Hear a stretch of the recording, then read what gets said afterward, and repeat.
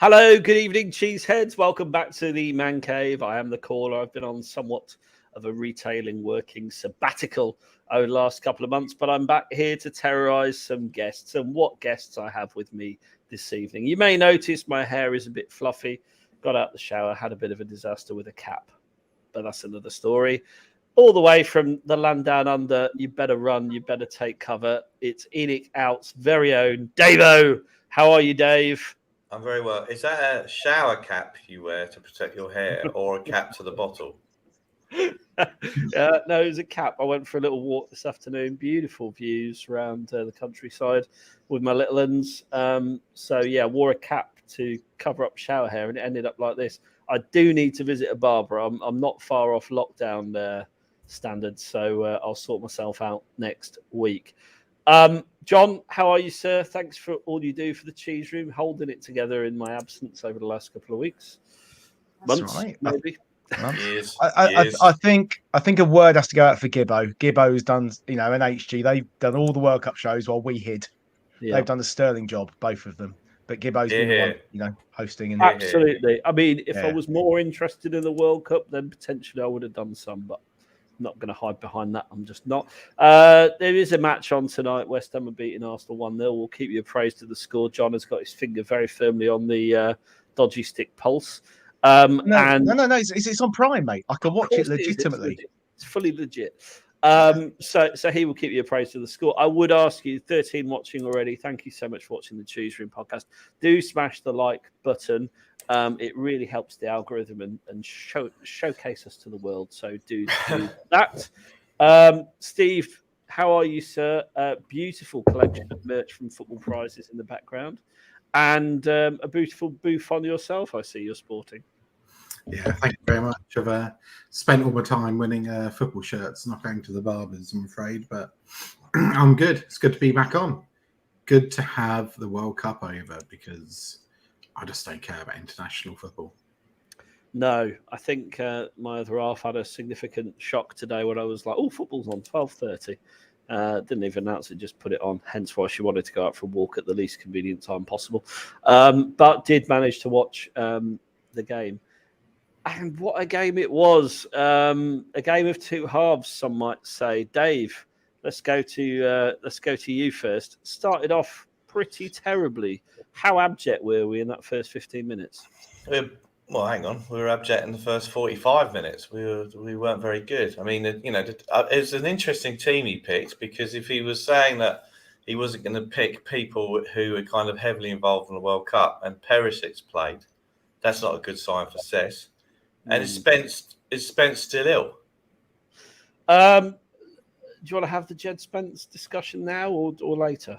We can have it whenever you like because you've worn a shower cap in your shower. And if someone who wears it, my old man used to wear a shower cap and a hairnet to dinner. That was the 70s. So it's a good little bit of nostalgia for me. Thanks very much. Let's be clear. I didn't wear a hair cap in the shower, but, don't let the facts get in the way of a good story, much like your narrative. But, yeah, continue. You say the first 15 minutes were abject. I just thought we were abject first. No. I mean, continue about Jed Spence. Where is he? I see. Jed Spence. Well, we all lived through the hell of the transfer negotiations, which inspired me to write a poem about the bloody thing, right? And here we are. We are not in a position as a club to be spending money on a player that we are not going to play. You've got to line up really between your owner, your director of football, and your manager to have the players who he wants to come in. If you're going to hire a trophy manager and not a project manager, get the players in that he wants. Don't spend 18 million quid on it. I'm not doubting Spence could do a job for us. I mean, he cannot be any worse than Emerson Royale. And I actually thought the Doc had a good game today. That's unlike you to give any praise whatsoever to Doc, but Spence, John. We'll come back to Gil. Spence, John, where is he? I think he has had flu, and on Flash Score, I got a lot of my info. Did say he's had a fever still. Don't know if that's true or not, but he wouldn't have started today. He would have been on the bench at best. Fever, and he is probably going to go out on loan. unless we can actually get rid of Emerson. It was nice to see Emerson not get near the pitch today, wasn't it? Let's look at the positive. Positive. I'll ask the one man who might have some in the know, Mr. Diver, the man behind Conte, Cam. What you're saying, Spence? Is it another? What was it, Dave? Levy exercise in saving a few pence, and is he never going to play? I mean, on the form, I don't have a problem with us buying young talent, and I think most people didn't. It's a bit curious that Conte never wants to play him. We do know that on the tour of Israel, he kicked off about his hotel room, and he was given two choices. Choice number one was stick with your hotel room. Choice number two was fly home. So, within a week, he already had a bad attitude. So I don't know how much of that is still going on, but we heard about his bad attitude previously, even before we signed him. So who knows his Spence? Like the very few minutes he has played, he has looked okay. He's a big lad. He's athletic. He wants to get forward. He's a right wing back, and currently we only have one right wing back, and that's Doherty. And sometimes he looks like Messi in friendlies, and most of the time he doesn't. Dave is squinting. He scored 4 goals in the friendlies, didn't he? Was it 4? No, I was squinting at the comment. Oh, I'm just used to you squinting at me, Dave. Cold. His eyes don't work like they used to before. Okay, do you want me to do this? There we go. Looking marginally more intelligent.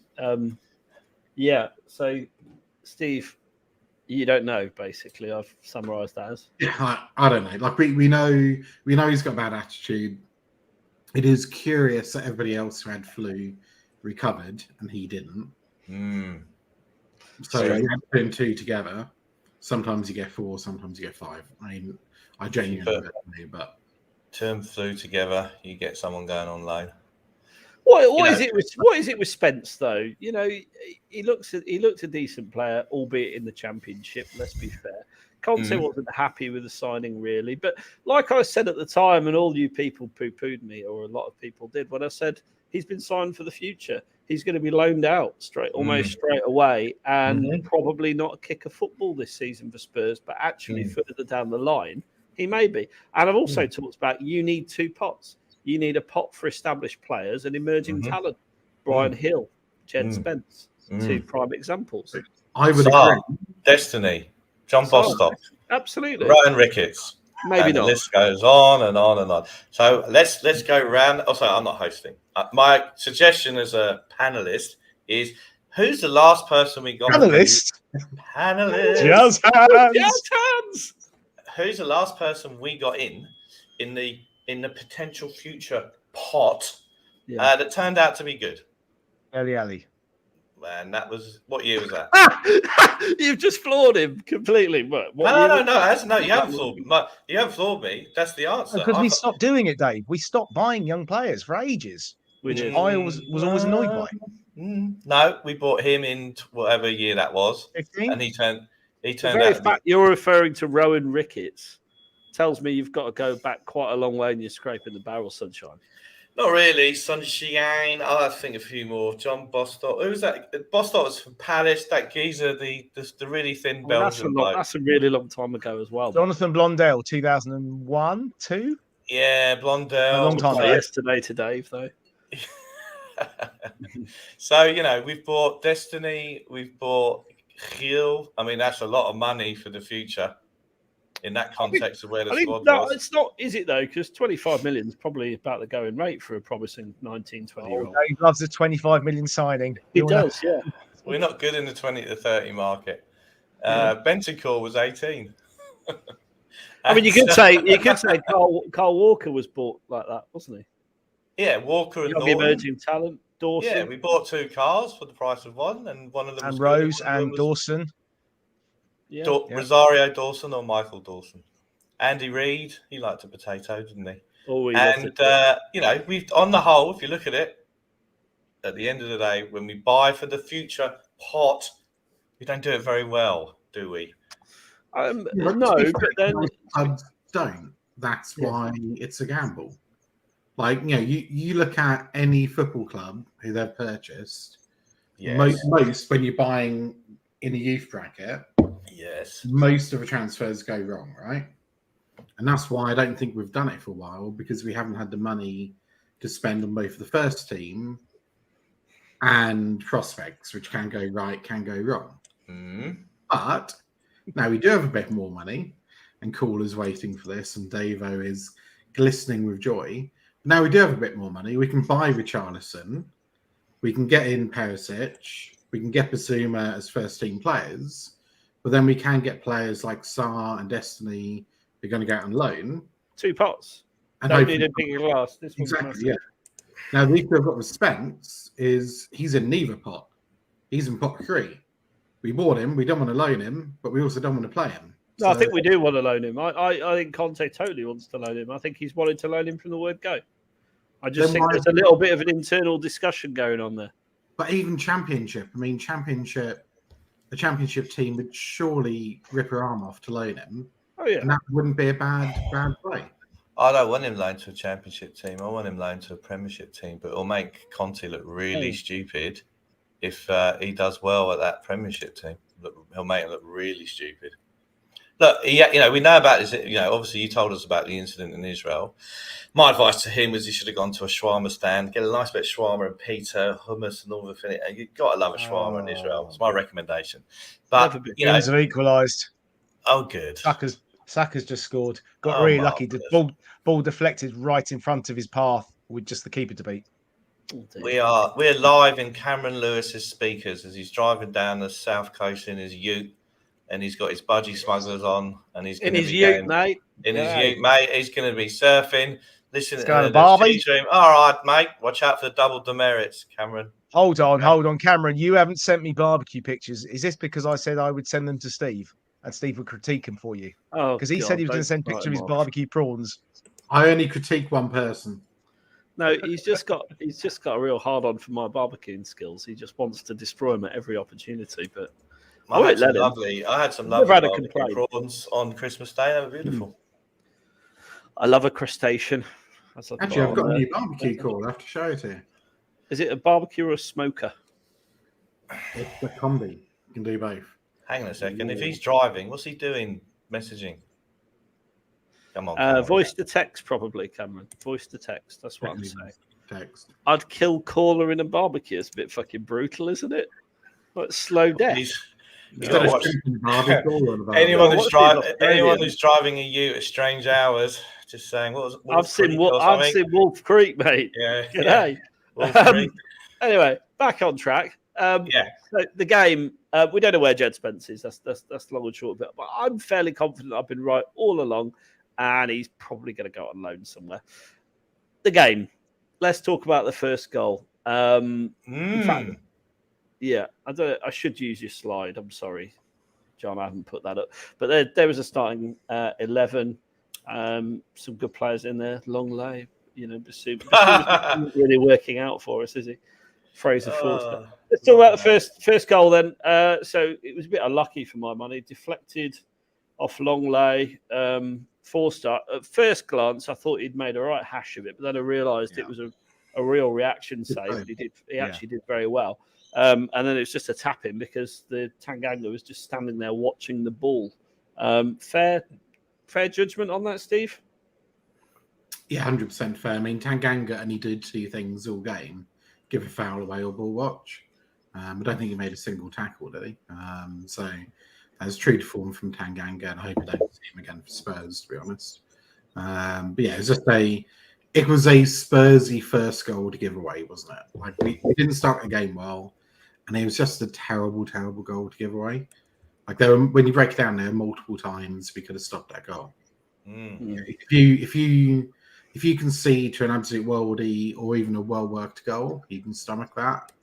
But when there's multiple times to stop a ball going in and you get a bit unlucky with a deflection, and then your defenders are ball watching, like that's hard to take. It was just unlucky. I don't think it was unlucky. It was a comedy of errors. For a start, Tanganga did not win a single thing in the air. No, it's terrible. He was out jumped for the long ball that went over. Dyer kind of came over to try and sort it out. Longley, I don't know where he was, and the midfielders weren't tracking back. And Forster was interesting because I think it was a reaction save to do that, but Forster put an interesting performance. There's a couple of times that he had one-on-ones. He seemed to refuse to dive at the foot of the play, like the Tony disallowed goal and then the penalty. He just didn't go down at all or make an attempt to do that. I thought it was a bit odd. So it was a comedy errors. I don't think it was unlucky. It was a bad goal. Can I just go back on Tanganga? Because we had a conversation in our WhatsApp chat, and I won't name the person, one of our group was, I'm glad Tanganga's in. He's much better than Sanchez. And I was like, he really worries me. Who was that? Who was it? He lives in Melbourne. He lives in Melbourne. JP. Yeah, I remember. Yeah.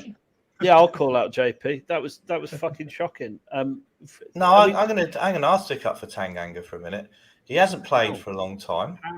I think let's all go back to the start of last season. Meaningful contribution day was being sent off at Palace.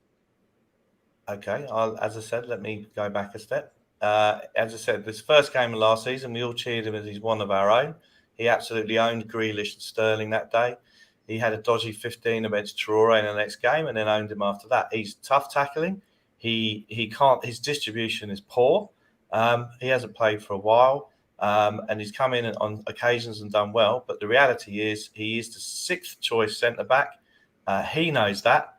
The best thing for him is for him to move on. So he had a shocker yesterday. I don't doubt that. But when psychologically people are happy for Davis and Sanchez to come on and shore up the defence, there's a problem. So I think for his career he's got to go. But I'm getting a little bit fairer to him than someone like Steve, who at 65 minutes has said, "No, away with him. He's not good enough." Like a poor server in the tunnel club. Away with him. Is that Steve? Is that what you said? I have never. First of all, I've never sent the server away. I'm normally begging him to come back and more booze. That's never happened. Or more bread. Very good bread. 2-1. I can guess who too. We looked better defensively when Sanchez came on. Yeah, we did. He's a better player than Tanganga. Fuck. He's a centre for a country. He plays internationally for Colombia. He's been to the Europa League final with Ajax. He's not a bad player. He just error prone. Just error prone. Please, he is a bad player. Sanchez is a bad player that we spent 42 million quid on. Is it 3-1, John? No, just really bad goalkeeping. Fabianski's been beaten in the near post by what's his name? The left winger, Brazilian fella. He plays for Arsenal on the left. Oh right. Can't remember his name. Anyway, Sanchez, 42 million. He is crap as well. I don't think he's better than Tanganga, but he's not good enough. But he's better. Saying he's better than Tanganga is saying you prefer ABBA to Coldplay. Well, it's not. It's not at all, though, is it? Because we're picking an 11 to beat a team, so you pick your best available option. Therefore, if he's better than Tanganga, he should be in the team from the word go. Yeah, well, what's the other option? Why didn't Davis play? He should have played. Yeah, I agree. So but I don't like Davis, Longley in the middle, and Dyer on the right. I think Dyer's not playing. I thought Dyer leading up to the World Cup for a month wasn't playing well, and I don't think he liked playing on the right hand side with Longley in the middle and Davis on the left anyway. But once our full time Argentinian's back, we should be okay. What's your beef with Romero? Argentinian beef. I like what you did then, Caller. That was clever. What's my beef with him? Because it's all this season has been about him winning the World Cup, which I know is the greatest thing. Well, it's probably the greatest thing you can do in a carear. So I'd say so, but you know what? That's fair enough, isn't it? Where was he today? Is he still dancing on the street? He's due back tomorrow. He was given additional leave, wasn't he? Yeah, additional leave. He did just win the World Cup. And in fairness to him, he then sends a message out to all the Spurs fans saying, "Thanks for all your support. Really appreciate it. Yeah, bringing the medal home. Can't wait to get going with Spurs." Now, he posted that on Instagram. He posted that on Instagram. The guy's done nothing wrong. Yeah. He posted that on Instagram. I said, "Who are you?" I don't know who you are, mate. Well, that's a standard DaveO joke when you don't like someone. Well, no, I. That's what lawyer, did you say? Who are ya? Oh, who are you? Right. So, Romero has made it very clear that he is this season's Darren Anderton. He'll play about a few warm-up games for the international competition, or even like GB2, for example.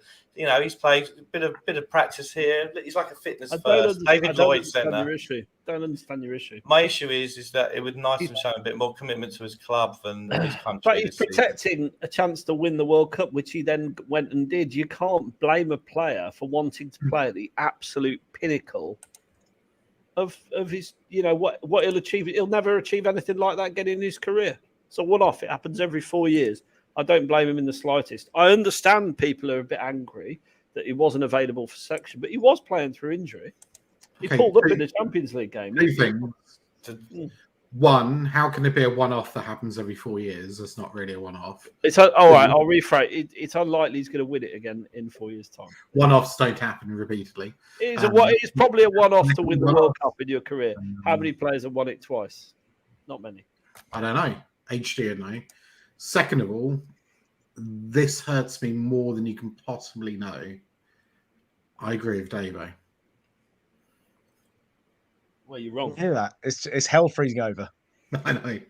No, that's the sound of DaveO buying me dinner in Sydney. But I'll have the mixed rib platter, please, mate. Hurricanes, you'll love it, man. But no, I get what both of you are saying, but at the end of the day, he's contracted to the club. 99% of players give it nearly all in the run-up to World Cup. Okay, often they do come a little bit off, but they don't, and I suspect he did feign injury, feign or lengthen an injury purely not to play to get injured, to go play for his international team. I've not seen Tales of the Unexpected, but you can guarantee I'll be looking that up post-show. I'm Googling now, but are we talking about the 1980 series, or is there a more recent one? Let us know, Joe. Let us know. And while you're there, hit the like button. Thank you. Yeah, Joe. And Tales of the Unexpected have different cast every week.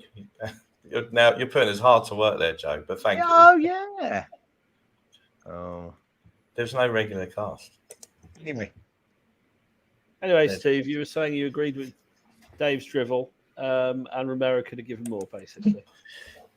I'll tell you what, even as the barest minimum for an appearance's sake, it would have been nice if he'd have been seen, like at the Leeds game, for example, sitting alongside Cess and Son in all his new Burberry to cheer on the lads and be part of the collective, and then fly off to wherever the Argentinians were and train around in the Argentinians' top of the very next day.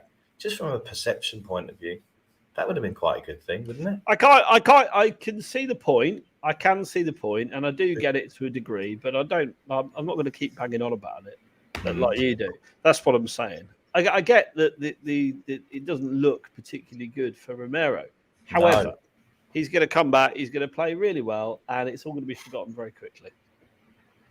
Until he's apart from by you, sir. DaveO never forgets. Oh, I'm like the mafia, aren't I? You are a bit, yeah, actually. Really shit mafia. But anyway. Would have worked better if your camera was a bit more up and we could see what you're pointing at. But... Oh, okay. Thanks, blue glasses. There we go. Go. Blue glasses. There's an insult. Can I just ask something? Yeah. Is that the Levy mentality? What does NGL mean? Not going to lie. I think it's not going to lie, thanks. Not going to lie. No, I've got a loser mentality. I think so, but I prefer Levy mentality. Dave's definitely got Levy mentality. God forbid. So second goal. Who wants to punch through that then? Can we go back to the penalty? The penalty we didn't get. Oh, the penalty we didn't get. Yeah, I'm not sure. You got a slide on it or anything? No. No, I haven't. No. Fucking one job. It was a rugby tackle, wasn't it? It was terrible. It was terrible. And do you know what? I was looking for Harry to step up and blast a penalty to sort of prove he's still the man after the World Cup. Over the bar. But I mean, I was surprised it wasn't given. I've seen them given a lot. So, John, I'll come back to you on it as your vocal on it. Benjamin Button, was it a pen then? Well, I thought it was. I mean, they get these. It was Chris Foy was the ex-ref on Amazon today. Say? I didn't hear him. Well, he basically said, "Well, the referee's done right there. So, and the VAR, because it wasn't given, isn't going to give it. But if the ref had given it, the VAR would have let it stand. It was one of those stupid calls that they go with the ref. Schrodinger's VAR, right? Who are the pundits on Amazon? We had the female commentator who was the who was shit. She said Son had a great World Cup or a good World Cup. She did. Patrice Evra was one of the pundits. Right, and I didn't even watch the halftime stuff. I'm trying to remember. It wasn't. Robinson. Paul Robinson was on there. Oh, Paul Robinson. Paul Robinson, he's good. He's good. You mean is that the same Paul Robinson that was praising Daniel Levy the other day, Dave? He's not so good anymore. Yeah, there you go. Matt Upson on commentary. Oh, yeah. It was pretty shite, to be honest. But I do like the Amazon coverage. But there we go. Yeah. So yeah, it was a pen. Steve, for you, pen. I think it was. It wasn't the hardest pen I've ever seen. So, but I do think it's a penalty. Yeah. I think Kane knows how to make those things look like more than they maybe are. Have you seen the penalty that Bowen got for West Ham tonight? No. Because he basically went over the player's leg just on the edge of the area, and there was the slightest touch. Fair play to him, he tried to stay up and strike the ball and sort of fell over the ball, and the ref gave the pen. And easily could have been, brave decision for the ref to give it, I have to say. But if that's a pen, the Kane one's a pen for me. Wasn't Bowen recommended to the club when he left Hull, but we didn't decide to do anything? We were linked with him for about 2 years. And then we signed it's a wise choice. Hill? We signed Bergwijn. Stevie B, of course, yes. Super Irvine, yeah. I think it's a wise choice, to be honest. Bowen wouldn't get near our starting 11. But anyway, DaveO, was it a pen? Well, he rugby tackled him to the floor. So unless we're now playing rugger these days, then it is a penalty. And the letter of the law should have been applied. Kane puts it away. I understand the Brentford fans sang "You Let Your Country Down" like we used to sing to Fat Frankie after every World Cup. So, let him do that. The man's a machine. He's a robot. We'll get onto our goal shortly. Yeah, absolutely. 3-1. That's disappointing, but predictable. Moyes will be in a bit of trouble, won't he? Maybe more people tune in to the cheese room because they can see the game's over. Pettier. Do hit the like button. There's about 50 of you watching right now, so smash that like button and spread the word near and far that the cheese room is the place to be. Mondays and Fridays, 9 p.m. Let's move on to the second goal then. So, have you ever seen anything like Dyer's shinned corner kick that he gave away? I'm sure Dyer's done something like that before. He does like have a ricket, doesn't he? You don't see anything like that on a Tuesday night down the five-a-side pitch I play on. What on earth is that all about, Steve? Just complete rust, or just? I think me and Steve are going to have a trip up. Me and Steve are going to have a trip up to watch you, caller, because all these goals you score in the top corner. We want to see the quality of this football. Yeah, no problem. Anytime, you're welcome. You'd be outside the cage. The view's not great, but if you want to step in the cage, that'd be more like it. I'd love to see. You can come play. I'll be up and down that pitch. Don't worry. Well, you've got the fitness, so you'd be half decent, to be fair, because, when you get into your 40s, really, it's those who can run. To be fair. Johnny's got his excuses lined up already, right? No excuses. You a shit caller. No, I'd love to meet you on the pitch, Clive. I'd absolutely love to meet you on the pitch. You'd love to be on the pitch. Yeah. Steve have a G&T. Steve at the side moaning there's no hospitality. Where's my fucking steak? I often go to games without hospitality. Yeah.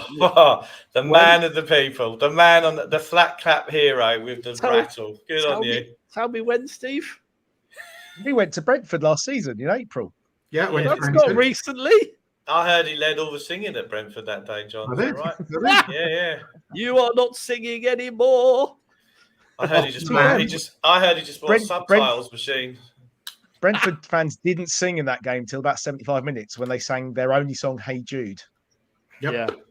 Yeah. No. I still think they've besmirched that song. I like that song. Injury free currently. I'm still recovering from the flu, to be honest. Maybe that's what it is. Maybe Spencer's had this horrible like flu-like disease I've had over Christmas. It's fucking awful. Anyway, moving on. Dyer's shin. Dave, have you got an ode to that? Dyer's shin. He displayed a good bit of shin work when he climbed up in the terraces to smack someone who was upsetting his brother Jeremy. And you know that who Dyer's granddad was. Everyone knows that, don't they? No. Ted Croker. He was the chairman of the FA, wasn't he? Yeah, the famous Ted Croker, who was the chairman of the FA. Sorry, that's pre-Premier League history for you boys. No, I know who he is. Yeah, no. Sorry about that. Yeah. That's who. Anyway, Dyer is not. So the thing with Dyer is that he is not top quality, really. But when you've got two holding midfielders next to you, when you're playing in a team where about 5 to 7 are defending, then he has just come back from playing at the World Cup, the pinnacle. He did play at the World Cup, and and as I said, the month before, I thought, okay, he came on for however many minutes. The fact of the matter is the month leading up to the World Cup, he wasn't playing very well. Can we agree on that as a fact? Or we have found common ground, Dave. Oh, okay, good. So he ain't playing very well. There's something he's not quite right. I'll be back. You go and get your ice and your garnish and all that. So Dyer, the thing that led to the corner kick was shocking. But should we talk about the marking at the corner that led to the goal? Any thoughts there? Well, there wasn't any. Where was Longley? Long gone. He was long gone. I think he was looking for his charcuterie. Longley must be he was tired from his World Cup efforts. So, he was nowhere. Why are you saying charcuterie? He's Spanish, isn't he? He's French. Oh, yeah, sorry. No, all the things in Spanish. Clement Longley from Sporting Gijon. Anyway, so Longley was. The whole that corner and the marking was appalling. Longley was nowhere to be seen. I don't know what the doc was doing, and 2-0 up they went. So the doc, I've literally on the screen now. Doc actually is going to head the ball, but he's behind the guy who flicks it on. So just goes and misses the head and moves out the way. How did he do that again? Please? I can't even see where Longley is. He's at the charcuterie. I can't see it. He's looking for his jambon on his baguette. Where is he? No, he's nowhere. He can't see him. He's nowhere. But he did not have. Last season's game, Dave, Steve and I stood there, and in the first half, Brentford had 3 corners in a row, and they all went to the back post to Ivan Toney every time unmarked because they had runners to block our defenders, and we just didn't switch on to it. And again today, our defending has been appalling for the last, given that we were so tight defending last season, at the back end of last season, all season we've been terrible defending. And it's a big worry. Longley's a great centre-back. Longley in front of Toney. Oh, okay. Okay. But this is the problem when you have complete zonal marking. Should you have partial man-to-man? Should you have zonal, a mixture of both? I don't know. I don't quite understand this comment. Getting very middle class, your dad with Dave. What does that mean? I don't know. Anyway, it was a clusterfuck, and so we're 2-0 down. Now, how are we feeling at 2-0 down to Brentford away, Thursday back? Steve, how are you feeling at that point? Pretty glum. So I go for WhatsApp. We've got a little bit feisty. It might got a bit feisty, did it? Yeah. I wasn't happy. No, it was. I'd said the moment we didn't get the pen, I said, "You watch, they'll go and score now." And what was it like? 60 seconds later, and they put the ball in the back of the net after. You did, John. And also, how often do you get it that a corner is needlessly given away and a goal comes from it? It's true. It's also true. Anyway. It's all perfectly avoidable. Sorry, Steve? Probably not that often. You probably just remember every time it happens. Especially with Dyer. Many from corners. Not just Spurs, generally in football. Quite often when you see an inadvertent, deflection that comes off a player when you could have cleared it, it ends up being a goal. I wonder if psychologically that's because the players' minds are still on, I shouldn't have done that, or they're not quite with it. But Brentford worked really hard on their set. They had some really good set piece routines today, and clearly worked hard over the break. I think what you're talking about there is confirmation bias, John. Thanks. What does that mean? It means so John effectively has a theory that when you give a sloppy corner away, you concede from it. So every single time you do concede from it, he says, "Ego, that proves the entire theory." When in fact, I suspect if you looked at the data, I don't have it, then you don't score any more. You don't concede any more goals from sloppy corners as you do a normal corner. Mm-hmm. Oh no, I'm not saying it happens every time. I'm saying it just seems to be something that happens. But if you don't give away a sloppy corner, then there is no corner, and then you don't let in a goal from the corner. Is that confirmation bias as well? It's just starting to get a little bit inception-y. Yeah. He makes a good point, though. If you don't give away a corner, then you're not going to concede from it, are you? He indeed does make a good point. Am I now a pronoun? Sorry, David Harris. Are we into we can't talk about pronouns. We get into trouble. Okay, so anyway, that's what happened there. We're letting it go. Anything to say about that? They, the DaveO. Yeah, they, whatever. So are we moving on to our goal? First goal. Yes, we are.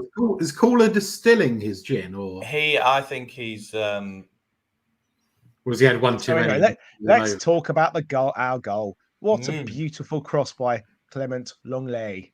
Yeah, David. It was. So the fact is, he put in a great cross, which it was on his left foot, which it was, doesn't negate the defensive performance he put in yesterday. And I'd have picked Davis. Davis. Hang on. He's back. Hang on. I've been here the whole time. I got slightly waylaid by some cheese savouries. I thought you were doing the Timothy Claypole there. Anyway, so there was a lovely cross from Clement. It was beautiful, but it doesn't negate the defensive performance he put in. Yes, performance wasn't that bad. What about that header? What about that header he looped back into the box in the first half? The first goal and the second goal, he was to blame, partially to blame for that. He looked like he was having trouble with the physical aspects of the game. That's why I say Davis in the Premier League, Longley in Europe. And that's my narrative that I will go with. We needed a left-footed centre-back to compete with Daddy Davis. Don't like that name, bit weird. Got a better one. And instead, we've got someone who can't get into a poor, mediocre Barcelona team. Someone who never made the French World Cup squad and was pulled off at half-time in Euro 20s by the French because he was at fault for a goal. He's not good enough. But if you compare him to Tanganga and Sanchez, he's streets ahead. Then he's streets ahead. It's like the old Levy and Sugar thing. Anyway, moving on. You've just got your knife into Longley because you never backed him from day one. I don't. That's the reality. I do not. I agree. And there's a narrative there, isn't there? You just want to stick it into Longley, your knife that is, at every given opportunity. And I think it's a bit harsh. I thought he's played very well this season. He's made some crucial interceptions and blocks, and the goal was not his fault whatsoever. However, he did put two absolute peaches of crosses onto players' bonces, the first resulting in that Kane goal. I don't know how you can sit there with a straight face and criticise him for his performance today, to be honest. Oh, well, I can sit here with a straight face or any other face you'd like. He defensively, he was poor today, and he put in two lovely crosses, but that's not what he's paid to do. When you're playing next to Eric Dyer, who's having an absolute mare, and Yafit Tanganga, who can't kick a ball, let alone win a ball in the air, I don't quite know what you expect. Well, we had Perisic to the left hand. I thought our wing backs were good today. But anyway, we're on the goal, aren't we? But it's to do with him because Perisic was to the left of him. So it's that's you've given got to do with the fact that the other two centre backs were Dyer and Tanganga. Nothing. Yeah, but it's not. But the full picture is he had someone on the left of him who played well, I thought, and two people on the right who didn't play well. But you've got to take accountability for your own actions. You're about as consistent as Boris Johnson. That's what I'm saying. Anyway, beautiful ball in, wasn't it?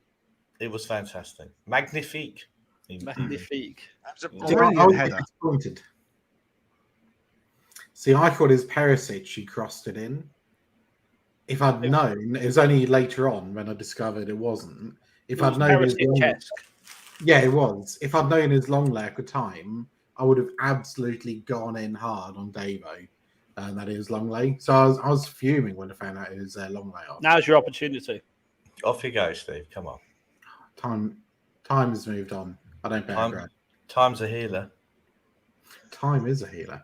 But no, it was a great ball in, and what a header. Particularly, and it's a bit cliche, but Kane had barely touched the ball all game. He hadn't even looked in it. And cliche phrase coming up, it's a sign of a world-class striker that they have one chance and they score it. And it wasn't even a chance, really, was it? It was a half-chance header. It was great header. World-class ball in, world-class finish. That's what I'd say. Absolutely. Agree with that. Dave, I agree with this comment. It's going to finish us all off. I've got no doubt about it. We're all on that page. It's going to be... It's the end of all of us. All or nothing couldn't be more. What I will say about Longley is I don't think he'll be here next season. No? Why? I don't think we'll re-sign him on loan again. Yeah. I think they'll sign a centre-back in the summer, or at least one. Hopefully in the 20 to 30 million bracket. I think you want to break the bank for one, and I think you want to have one in the 25 to 30 million bracket to replace, Sanchez, because we know Sanchez ain't good enough. We know Tanganga's not good enough. You got to get two in at minimum. Yeah, but we'll get one in. Well, a year of little faith. That's all I'd say. And obviously, we need a right back because he won't play Spence. Doc's good. I've always liked Doc, but no one else does. Have you? I never knew that. And Emerson is absolutely Doc terrible. was good today, but he can't cross. Good. He can't cross, which is my big issue. It's not really his game. I mean, his crossing's not terrible. It's not Davidson. It's not Davidson. Not Emerson. Sanchez can't cross either. Nope. No, it's not Emerson Royale standard, is it? It's a lot better than that. No. But his game is being in the final third and slipping into the box and smashing goals in, which is what he does do. Of course, the death point in Tottenham, yeah. Just part of the Premier League. I mean, I thought I saw Doc do a little cutting dinky Aaron Lennon-esque cross today. But I thought if we, he's the best right wing back we've got. He should play it. As simple as that. I agree. But if I look at that, if you bring up the team sheet and you can go through how many players actually had a good game today, I reckon you probably get about 4 out of the 11 did all right. There you go. Go on then. There's your chance, Dave. Okay, Doc, Perisic, Kulu got better as it went on. Yeah, got to give one to Kane. Hoy, flappy hands in the first half was poor. The Danish flappy hands. Basuma, he got better as he went on, but when he lost that ball on the disallowed goal, that wasn't good at all. Nope. And Sonny is beginning to look like a South Korean Eric Lamela at the moment. Sonny was poor, wasn't he? Yeah, Basuma gave the ball away 17 times, Adrian tells us, in the first, I think mainly in the first half. He got better second half, but you're right. Thank God he was offside for that through ball because we were wide open then. It was just he just kept falling over Basuma. He couldn't cope today. Sonny's winding up to destroy someone. I think he will find his form. He absolutely will. But he's been rubbish this season. Let's be honest. Really poor. Really poor. Well, we're almost halfway through the season, and he's had a poor first half of the season. Totally agree. So all this narrative, he'll come good soon. He's on a streak. Well, this streak's been going a long time. He will come soon, good soon. But he does do this, but he tends to not do it for so long. Yeah, but that's exactly right. He could easily go and score another 15 goals this season, and he would get to 20. But he needs to sort of up his game. I think the problem is Richarlison's not been fit enough and not played enough to give him any competition. Kulu's been out, so he's just been granted his place no matter what.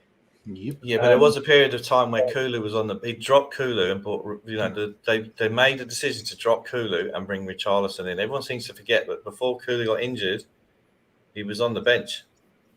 Well, I haven't forgotten that because he came off the bench and played very well. No, I'm talking about Kulu. Yeah, I'm talking about Kulu. Yeah. But then he's just not been at it at all. I know that HE argues that the system playing this season is not to his benefit. And when we've got the ball facing the midfield, it's no good for him. But I think his control, his finishing has been poor. I think he's all right. And he's holding on the ball too long. And today, a couple of times he got caught on the ball. His distribution's poor. He's not playing well.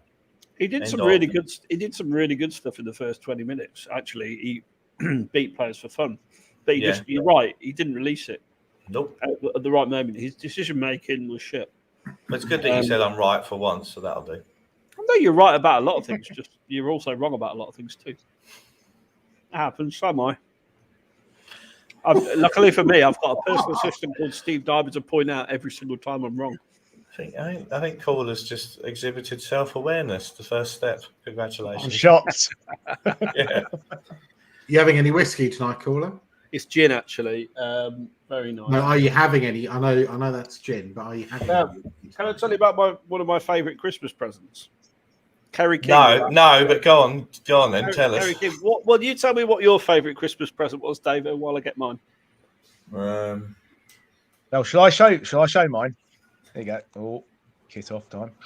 Pardon? Look at that. What year is that?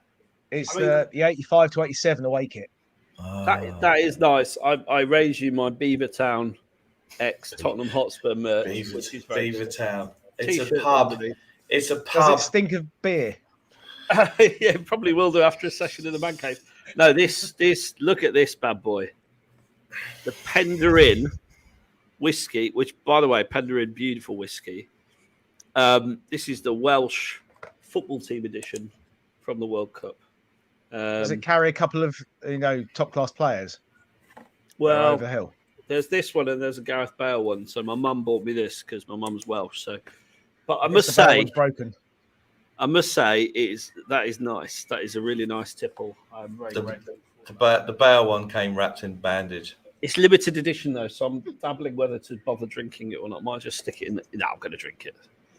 Bale one's only sold in golf clubs. Yeah, well, sure. Let us know what your Christmas presents were in the chat.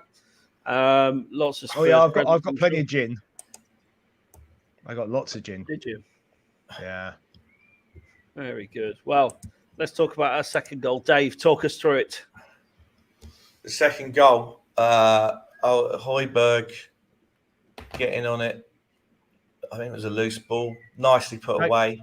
I did have Bentancur in my fantasy team and was going to have him on the bench.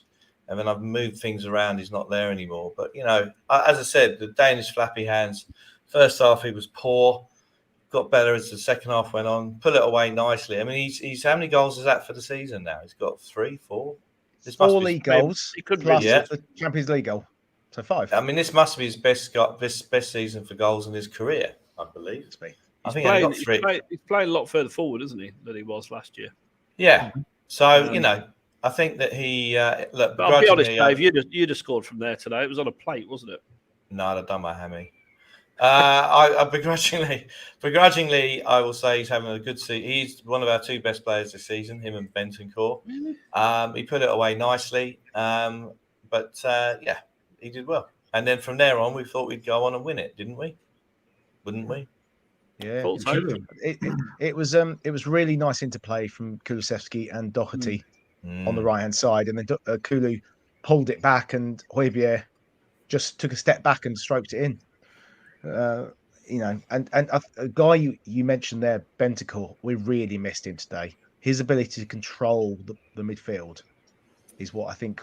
If we'd had him, I think we win that game. I also think if we get the penalty, go 1-1, the momentum's with us and we win the game. Ifs and buts. I do think absolutely. The penalty was it looked like a turning point at the time, didn't it?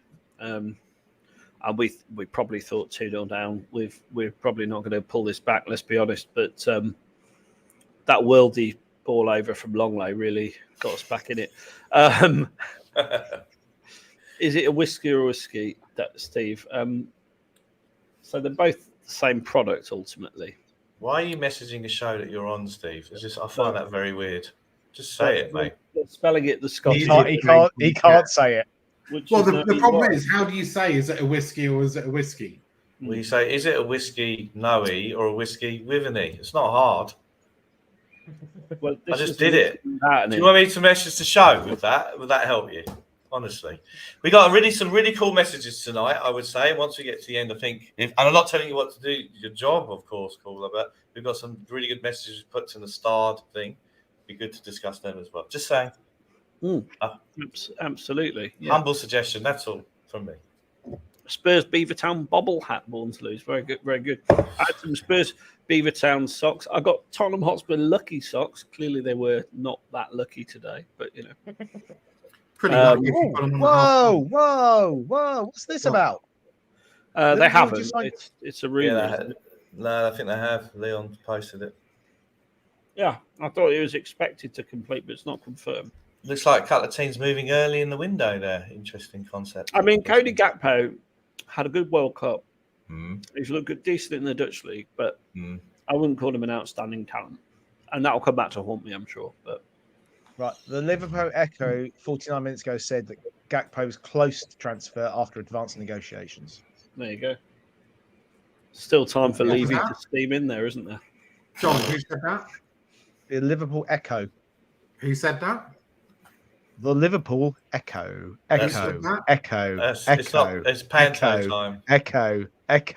Oh, no. Well, if Romano said, here we go, then that's done. If Romano says it's happening, then it's happening. It's gospel. It's fact. Generally is, yeah. Mm.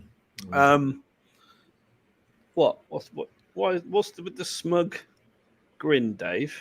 No, I enjoyed. As one of Romano's comments over the festive period was, the club are really keen to tie down Kane in the new contract, and want to have a discussion with him. I mean, that is just stating the bleeding obvious, isn't it? I might get him on the show and ask him. We did last January. Might do it this year. I know. Don't worry, I won't be on that show to ask. I was going to say, so don't say anything too. I won't. I have my freedom of speech is curtailed. I understand. Freedom of speech. Caller, schedule it for a day when I'm in Australia, and I'll take DaveO out to make sure he can't dial in. I'll just disable him in the chat. Yeah. Okay. Well, I finished 2-2. Where does that leave us in the league? Pretty much where we were. How many point gap have we got? I think we're 2 games in hand now. Have we got the league table? No, because I didn't do it because the game was still going. John, this is a good question. Yeah, well, it's not a question; it's a statement, isn't it? Okay, it's a good statement, but do we feel we're going to get 4th? Yet to be for me, it's a good question. Yet to be decided for me. I think we'll see what happens in the January transfer window, but it relies on our players being fit.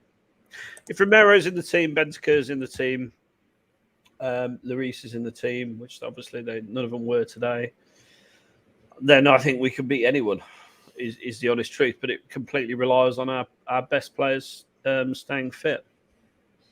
And what I'd like to see is us go out and put a marker down and spend 40-50 million quid on a right back, because for me that's the most pressing issue. Centre backs, as I'm sure you're aware, Conte said aren't an issue and won't be added to in effect. Now, whether we think that's right or wrong, I think if you put the first choice 3 centre backs in, we're all right. I think left back, I think Perisic's quality, and I think Sessegnon's, to quote, perfectly serviceable. At a right wing back, Doherty's okay, but you've got to get someone better in that system to make Conte's system tick. Midfield, don't think you're going to add anything in there. We've got plenty of midfielders, and the forward line I don't think really needs anything. Needs Richarlison to come back to give us options. But so for me, if you look at it for this January window, the priority has got to be right wing back. I don't know what you guys think, John. I think a decent right wing back will certainly improve the team and the club overall and give us a better chance of getting that top 4, which, looking at that table, is going to be difficult. I know Dave said earlier that we're never going to do it, but you also said that last year, Dave. So I think we need to, it's still early. We've got to bide our times, but we can't sit on our laurels, because Newcastle are a real unit at the moment. Arsenal obviously are going to be very hard to catch. don't think they're going to win the league, but they are going to be hard to catch. City, we're not going to catch. And Liverpool are getting better, as are United. So it's going to be really, really tough to get this top 4 this year, unless we invest this month and we don't buy Saha and Nelson. Well, I think they're retired, so it probably will be all right. Well, you know what I mean. We need to sign another Bentancur and Kulusevski, effectively, at least. I think there is definitely a shout for signing someone of the Maddison ilk, but I just don't think that's going to happen in January. I don't think Conte doesn't want him. Conte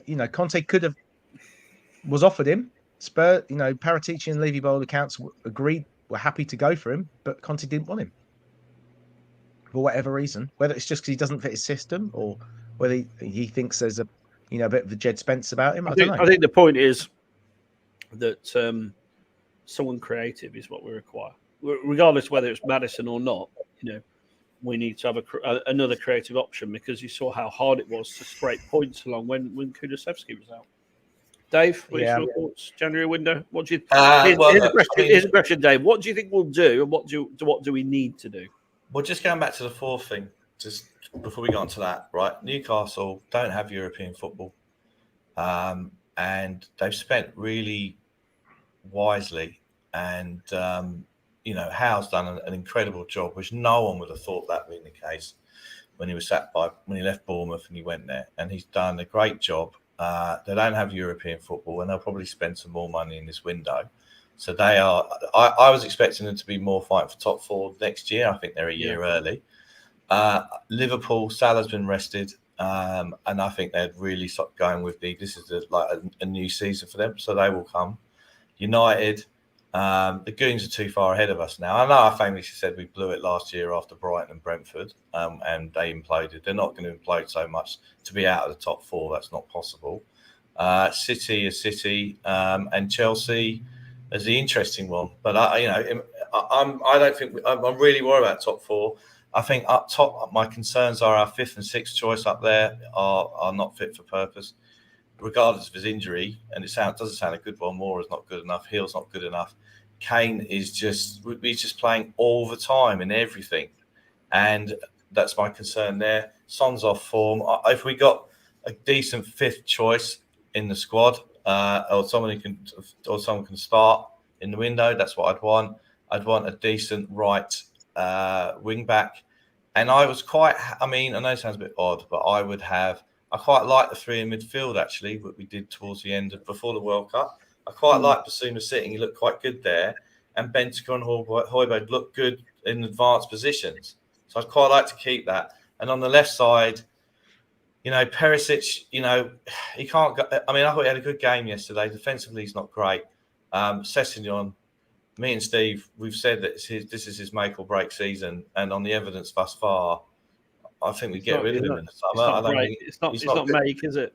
No, I don't think it's good enough. So I'm concerned. I really am concerned about getting top 4. I really am. That's all right, because you don't value the top 4 anyway. You'd rather win the Carling Cup. Well, I'd rather. Well, I don't. Again, here's the concept: we could get top 4 and wait for it and win a domestic trophy in the same season. I believe it's not against the rules. So what was your other question? The window. Yeah, get someone up top and get a right wing back. And for Kerry, I'd love us to sign Traore because she loves him. Traore is a good option. I know. Anything to do with Wolves is good as far as you're concerned. Not true. Not true. There's a linkage. Win today, Wolves. Very good. I think they'll be all right. With that, the manager they've brought in is a good guy, so I think they'll be okay. Stevie, what do we need to do in the transfer window, and what do you think we'll do in the transfer window? You could just lean over and ask Levy and whisper sweet nothings in his ear from your seat, but it's only Inception. Well, he's a little bit above me, isn't he? In many ways. No, I think so many ways. Not if you stood next to him. This is true. Well, he was in front of me last game, but so I think what we need to do, I think, is a right wing back, and I think an attacking right winger, because Richarlison doesn't play well on the right. I think if Richarlison's going to be used effectively, it's going to be down centre. I think Perisic can cover well enough for Son on the left to give Son a bit of a break, and Richie's better on the left than he is on the right. That leaves Kulu with only Lucas Moura as support on the right. So I think get Moura out, get another attacking right winger, and a right wing back. That's what I think we need. I think centre back would be the next on that list, but I don't think we need them in January. But I think we'll get a right wing back. You think we will? I think we will get a right wing back. But also, when I say what we need, I think that this is what we need in January to get top 4. I agree with King Hoddle. Like, we do need 2 top-class centre-backs, or at least another top-class centre-back. I think that's a summer need. I think we've got to be realistic, even with what we're saying we need, right? Well, you don't have to be realistic, but it helps. Okay, fine. We John? need the best player in the world at every single starting position. That's what we need. John, what do you think we're going to do? What do you think we need? I think we're going to sign a maximum 2 players, but I ideally think we need at least 4 to improve the squad properly. I am worried about where we're going, but I can't see us signing more than 2. So right wing back, I think we do need, because Emerson Doherty's all right. Emerson clearly isn't good enough, and his £800,000 he spent on getting better hasn't worked, has it really? No. He's not a bad right back, but he's just not good enough. My big worry is that we've got a lot of players on loan at the moment. Winks hasn't made an appearance because he's been injured. Reggie's not made an appearance because he's been injured. I think we might be getting those back in January, even though we'll get paid. I think their clubs are going to send them back. They're going to write off the money they'll owe us. Really? Why? Dombelli's been doing well. Lo Celso's injured, unfortunately, which is a shame because his value would have gone up in the World Cup because the lad at Brighton, the Scottish lad at Brighton, had a great World Cup for Argentina, didn't he, McAllister?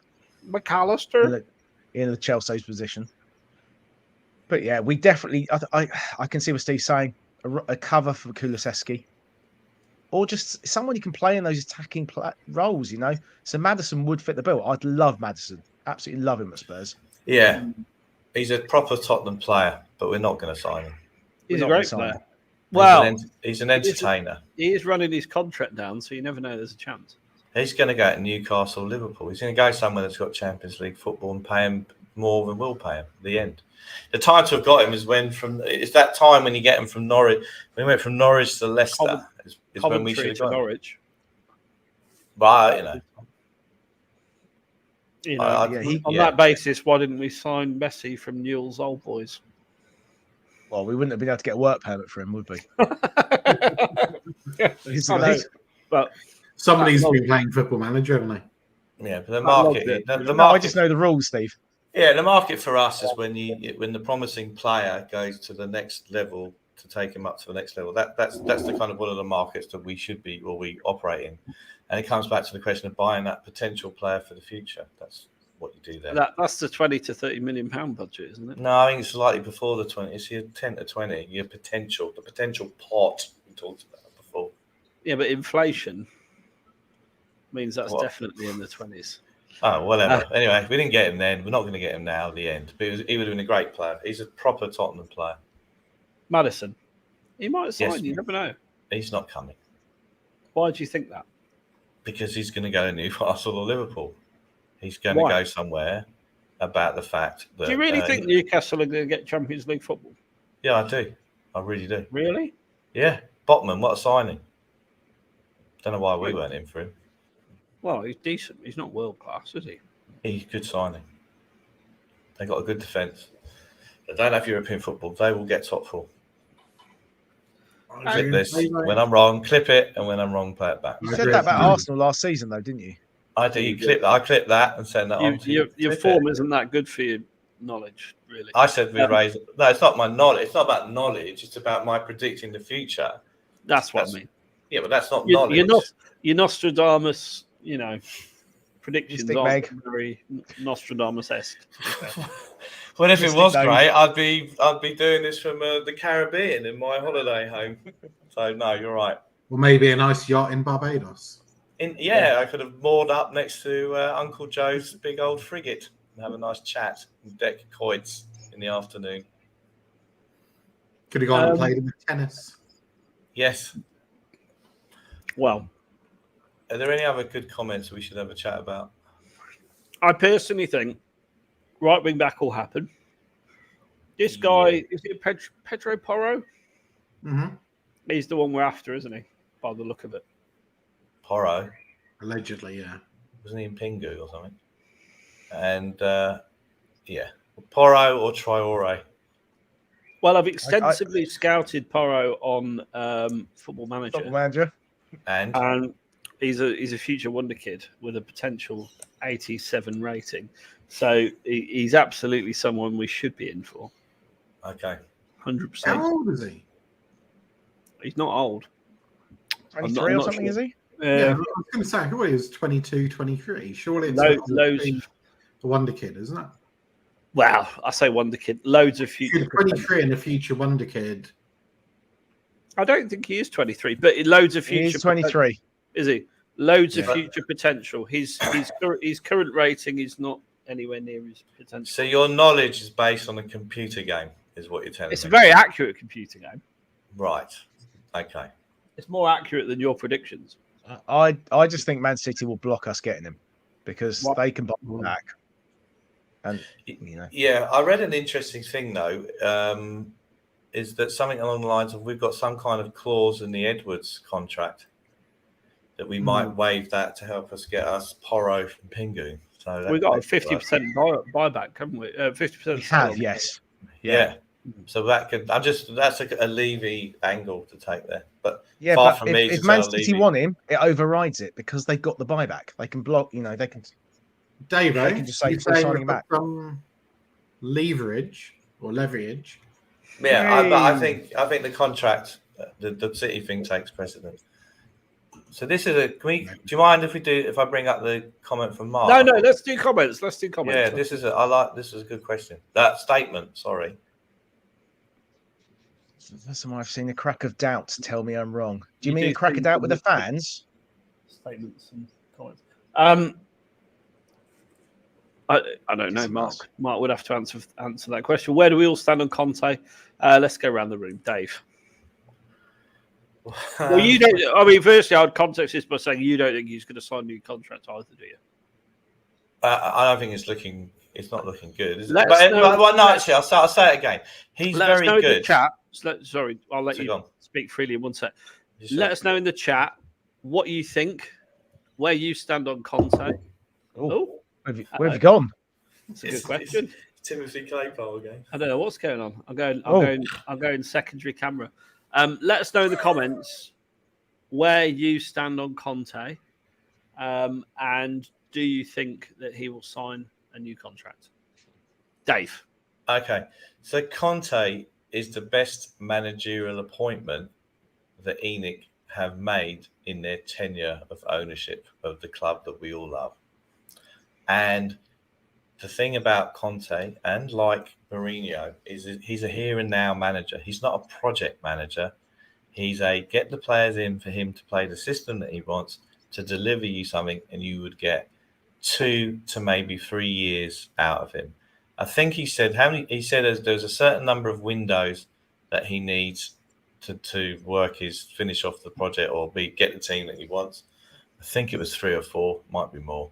And the point I think it was 2 to 3 windows. 2 to 3 windows. So this is now his 3rd window.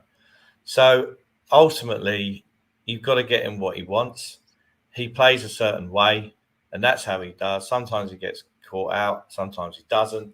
But if he signs another contract, I mean, the option on the contract, I believe there was an option that the club invoked the option. But, the club can invoke the option and he says, I'm not staying. That's the end of that.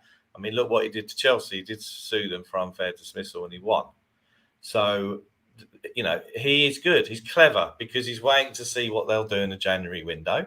And if they do in the January window what he wants, then I think he would sign an extension. And he did exactly the same thing when we announced the old 150 up to 150 for on and off last summer. And then we got 2 days later, he was all good to go. So that's the game he plays. And I respect him for that because I think there's been an occasion examples of where ownership has said one thing and done completely the opposite. So he is our best manager they've ever appointed. So you got to go, you got to back him. Whether you like the style of football is not how we'd like to see football. I get that, but as the same with Mourinho, if he plays not entertaining football, we win a trophy, then I don't mind. John, I think we need to keep him because honestly, don't know where we go after Conte. I can't, unless at the moment, I mean, Tuchel possibly, but some of the football Chelsea played on Tuchel was bloody awful, wasn't it? And they did win the Champions League. be right back. I'm cracking the whiskey for this question. Fair dues. I think we've got to back him. We need to bring players in. Now the club have spent a lot of money in the last few years. I think we've just signed some awful players. We've signed some players that have really not worked out. Ndombele hasn't worked. Lo Celso hasn't worked. There's a list that goes on. Emerson, amongst others. But we've got to keep him. We've got to keep him happy. I wouldn't get rid of him if that's what the question was. Where do I stand on him? We have to keep him. We have to give him the tools he needs to help us improve. And if he sees improvement keeps going, then he will stay, I think. I don't think the club are any, Steve will have more info probably on this than me, but I don't think the club's any rush to invoke that extension because they can probably do it up until May. So they'll probably want to go. He's a very emotional man. We know that. We've seen that from his press conferences after, for example, the Burnley game. He's very up and down. I think ultimately we just got to stick with him. We need to give him 2 or 3 improvement players this window to get us into top 4, which will allow us to get another 5 or 6 in the summer because we need to replace a number of our players still. And we've got to get rid of this deadwood, which is difficult because clubs in Europe don't have very much money. Steve. Oh, he's having a drink now. Sorry, Steve.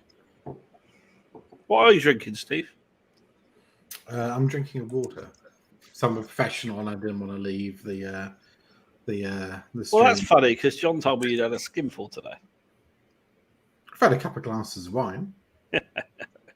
I'm now empty of wine, but that's why. That's Conte. Yeah, I mean, we're very lucky to have Conte. I think he's a great manager. I think he is at times unnecessarily emotional, and that can lead to uncertainty both in the boardroom and in the team. I think he can be unnecessarily stubborn.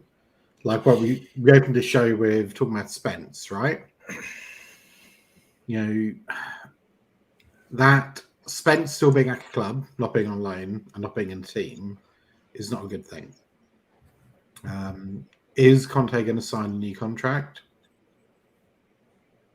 I don't know. We shall have to wait and see, won't we? I think the club can invoke that contract that year, though, can't they? Yeah, but it won't stop him from walking out. Really. Maybe he would resign, maybe not. I think Spurs need Conte, and Conte needs Spurs right now. I think that's the reality of it. And what we do in the window is obviously key, but I don't think there's many people that can't say he hasn't been backed.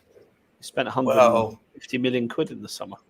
Well, hang on. Okay, so go forward to this summer in June, July, whatever. So I think Ancelotti's retiring. You've got Juve. What's that got to do with us spending 150 million in the summer? summer? I'll get onto 150 million in a minute. Okay. So you've got Real Madrid. I think something could come up there. It would, football is an amazing.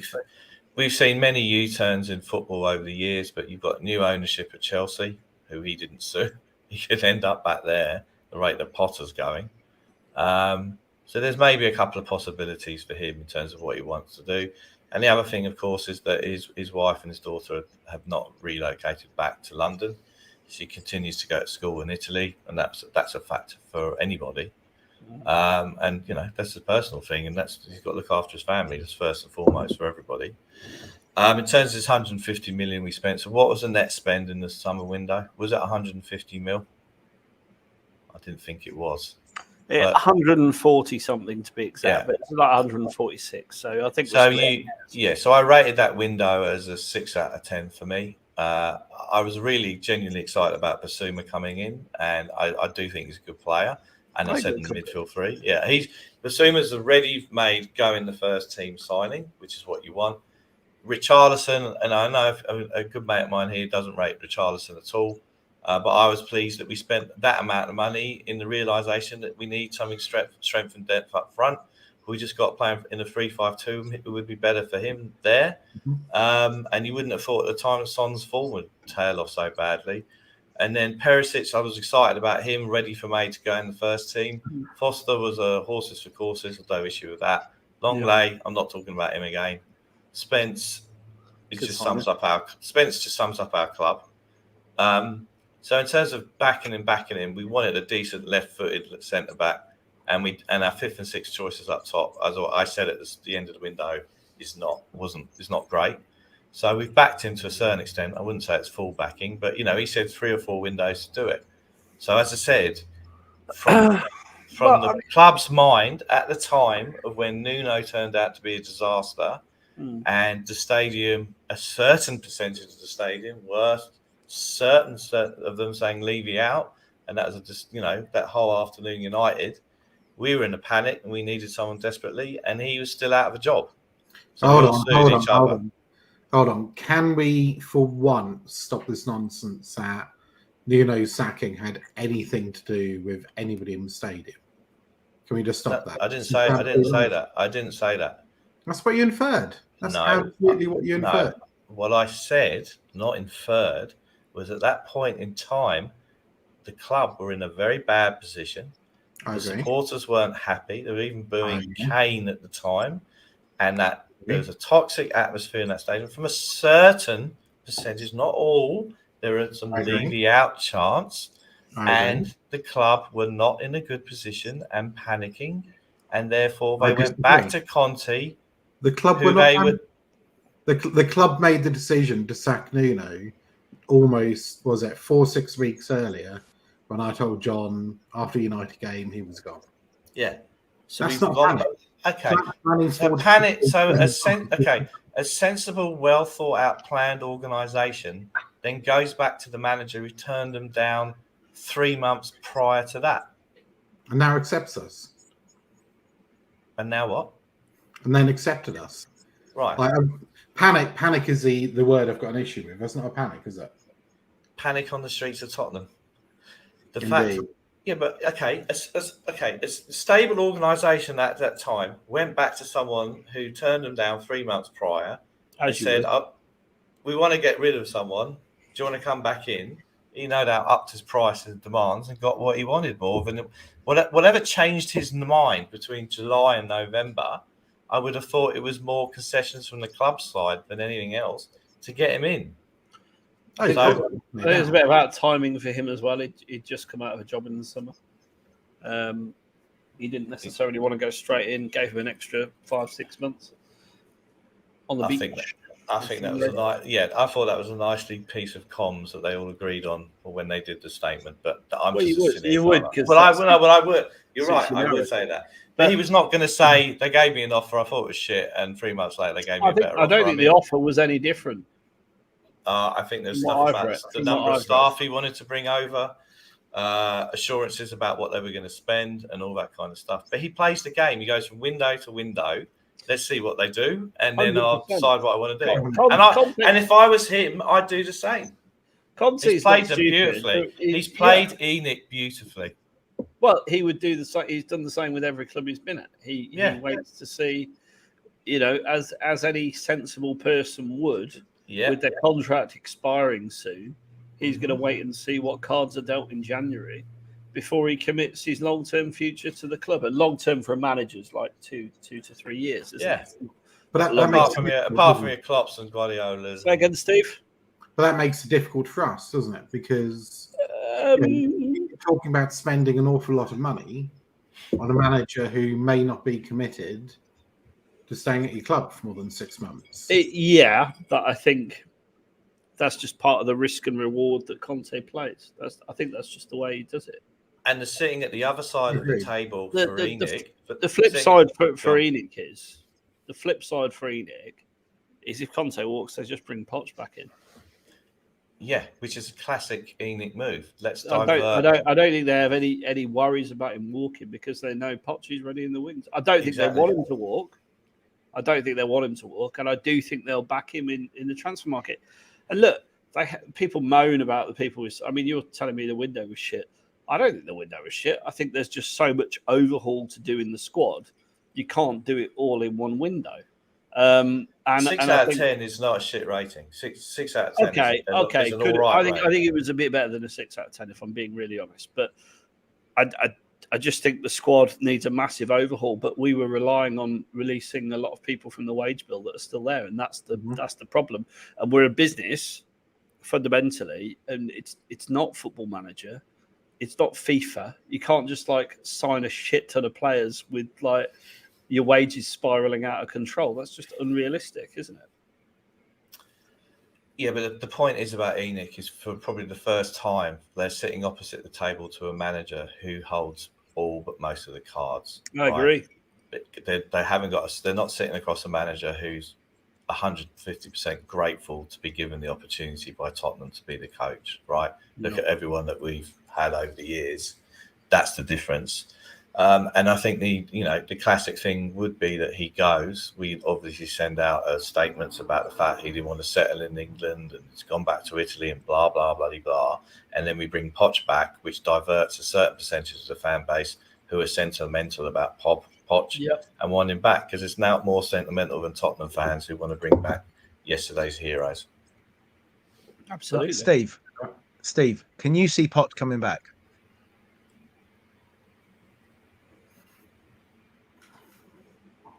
That's a very interesting question. No. Because?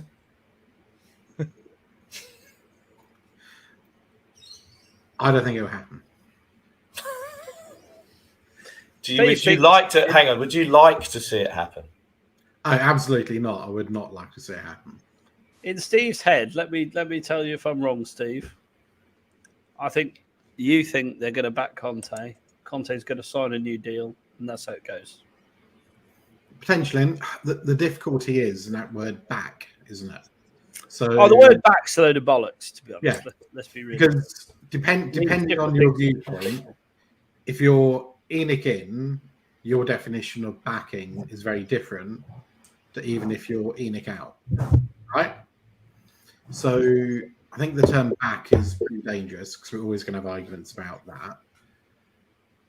Conte knew when he came into the club, he was not joining a Man City-esque club who are going to invest hundreds and hundreds and hundreds of millions in players, or Chelsea, right? So he knew what he was walking into. So I think that means Conte will stay for the short to medium term. I don't think he'll stay long term, and I don't think he was ever going to stay long term. He's not long term manager. Agreed. I think Conte will be here for a while, but not a long time.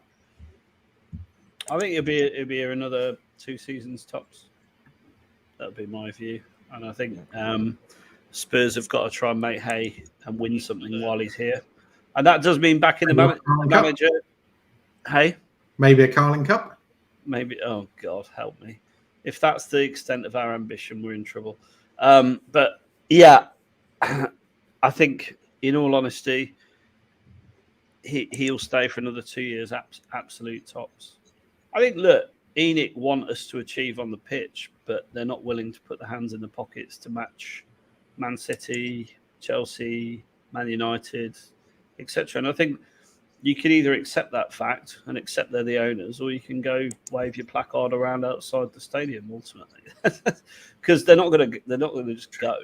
Like all this nonsense about you hit the nail on the head with the Nuno stuff.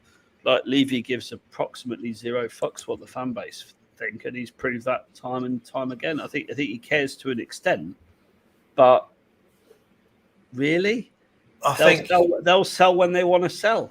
Yeah, but and there ain't nothing someone waving a sign around or chanting is going to make any difference to that. Where Levy has done U-turns is where the commentary is louder than people having placards across the high road of eating out. And I've got total respect for those people because it's something that they believe in and what they want to do about it. And that's their commitment to do it. I've got total respect for them.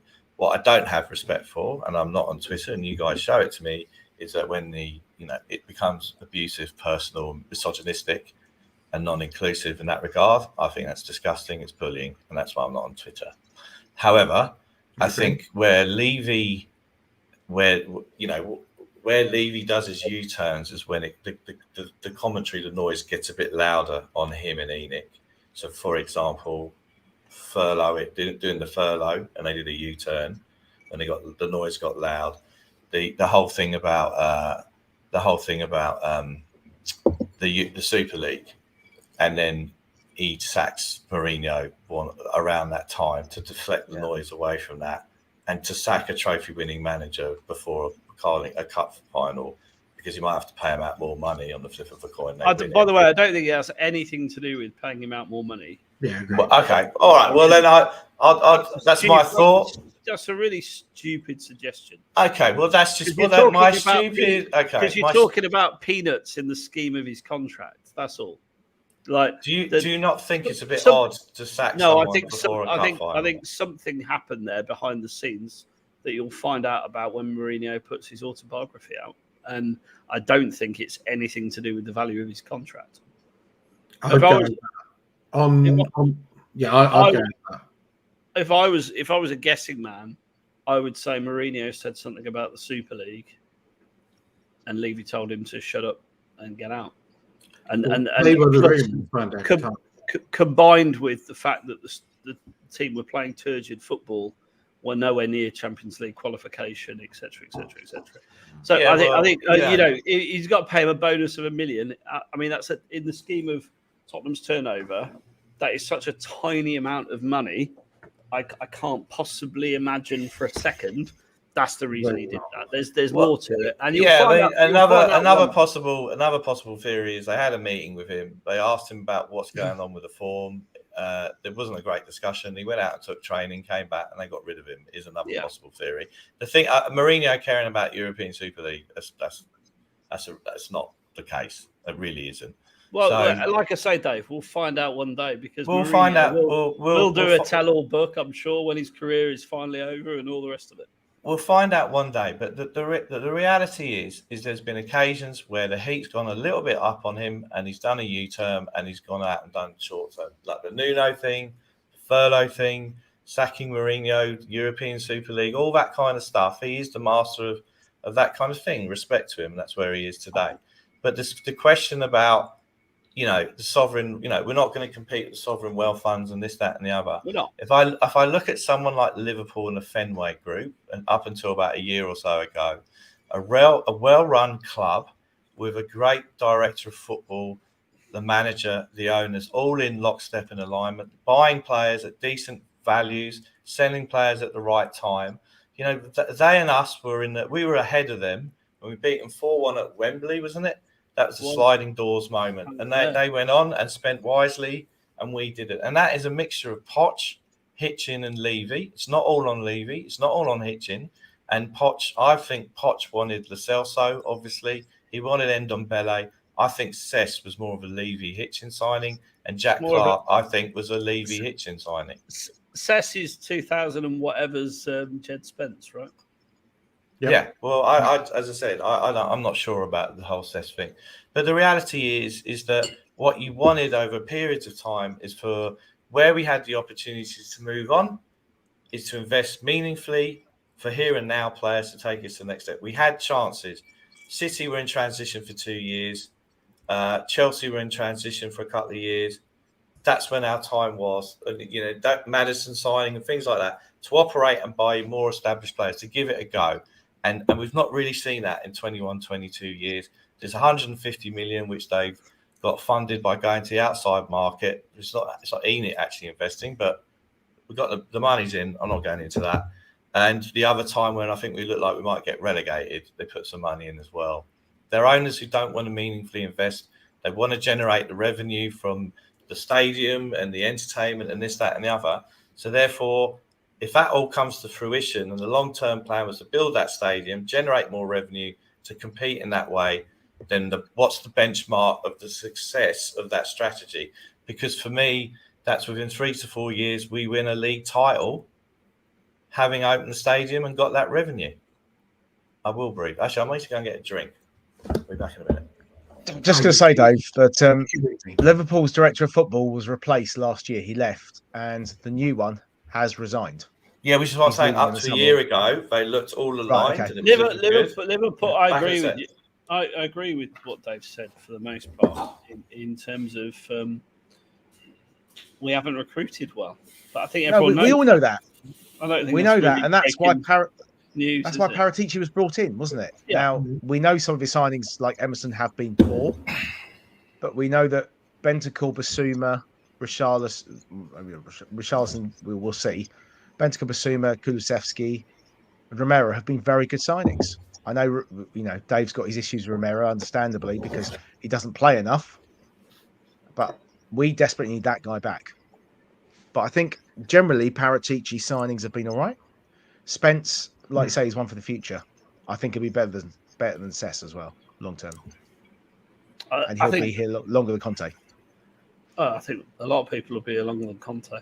I just think I agree. I actually agree with an awful lot of what you say, Dave. You do talk a lot of sense, but I think Liverpool. The difference is in clip that, Dave. Clip that. Yeah, clip it. You've got the thing is, right, the way ENIC operate, they're never going to pump money into the club, like significant money. I'm talking like 300-400 million. They're not going to pump that kind of money in for transfers. It's just not going to happen. The whole thing was designed to be self-sufficient, and I think the problem is they missed the boat with the self-sufficiency. If they'd have done it 10 years, 15 years prior, when they're in the early days of ownership and got it done quickly, then it could have worked. But where we're at now, you're competing with sovereign wealth funds, and I just don't see them being the people to pump money into Spurs going forward.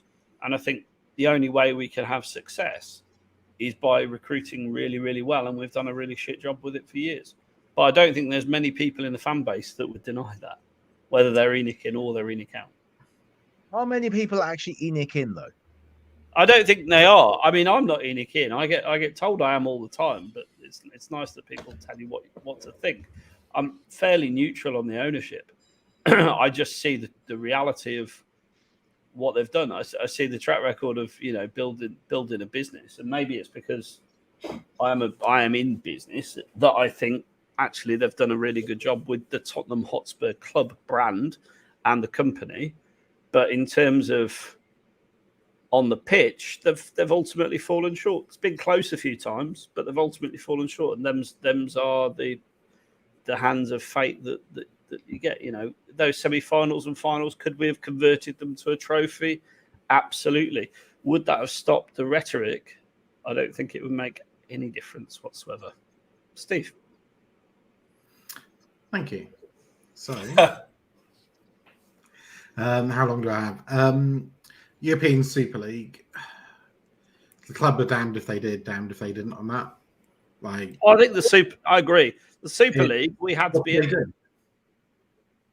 I would have done. I hate the idea of European Super League, and I would have done exactly what Levy did, and I would have gone for it.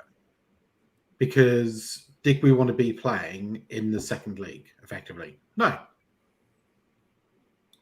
So I don't know why people have such an issue with that. Because I think if you ask most fans, they would have gone for ESL. Now, I do find it curious that you compare us to Liverpool.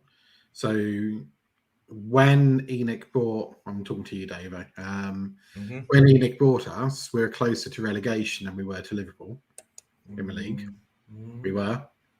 Liverpool finished third in the league. We finished 12th. They were 20 points ahead of us. And 20 points, according to Wikipedia, would have had us in 19th position. None of this knowledge is from my head. So overall, I think Enoch had done a very good job. I could not possibly in any reasonable way say we spent our money wisely. Now, who's at fault for that? Bit of Levy, bit of Poch, times a bit of Paratici more recently. Clearly in Ndombele and TLC. TLC? GLC. TLC's a 90s R&B girl band. Oh, right. No Scrubs. Apparently they're touring Tottenham Stadium next year. With Adele. No comment. Carry on, Steve. I've lost my train of thought now. No, clearly we've wasted a load of money, right? And just those two players, Tanguy and Gio, if we'd signed 100 million, spent 100 million to good first team players, let's say a right wing back and a good top class left centre back, our team would look very different right now. So I think a lot of our issues are quality of kind of acquisitions. We haven't spent less than Liverpool. We've spent more than Liverpool net. So I don't think it's a case of how much money we're spending. I think it's a case of where we're spending our money. And 100% agree with you here, Dave, when we spend our money. So do you think we do buy players? Okay, we didn't over summer, but do you think generally we buy players too late in the window? And the problem is the league's so competitive. If you bring players in a couple of games after the start of the season, and it takes them a couple more games to get going and get integrated, that's 10, 15, 20% of the season gone, right? Correct. That could be 1 or 2 points difference. And 1 or 2 points can be a difference in Champions League or not, or first or not. Which we didn't do this summer. Yeah, I agree. We need to get players in early January, not the 31st January like Kulusevski and Bentancur. We need to bring in fresh blood, especially at the moment where today we showed how thin our squad can be when we're missing 2 or 3 players. That we brought. Was Sanchez the only sub we made today? I think he possibly wasn't he? Which is ridiculous, isn't it? I know we were going to bring Skip and Brian on when it was 2-0, and it was just, but we're missing Richarlison, we're missing Romero, missing Bentancur. That's worrying. We need to bring quality in, and Hugo.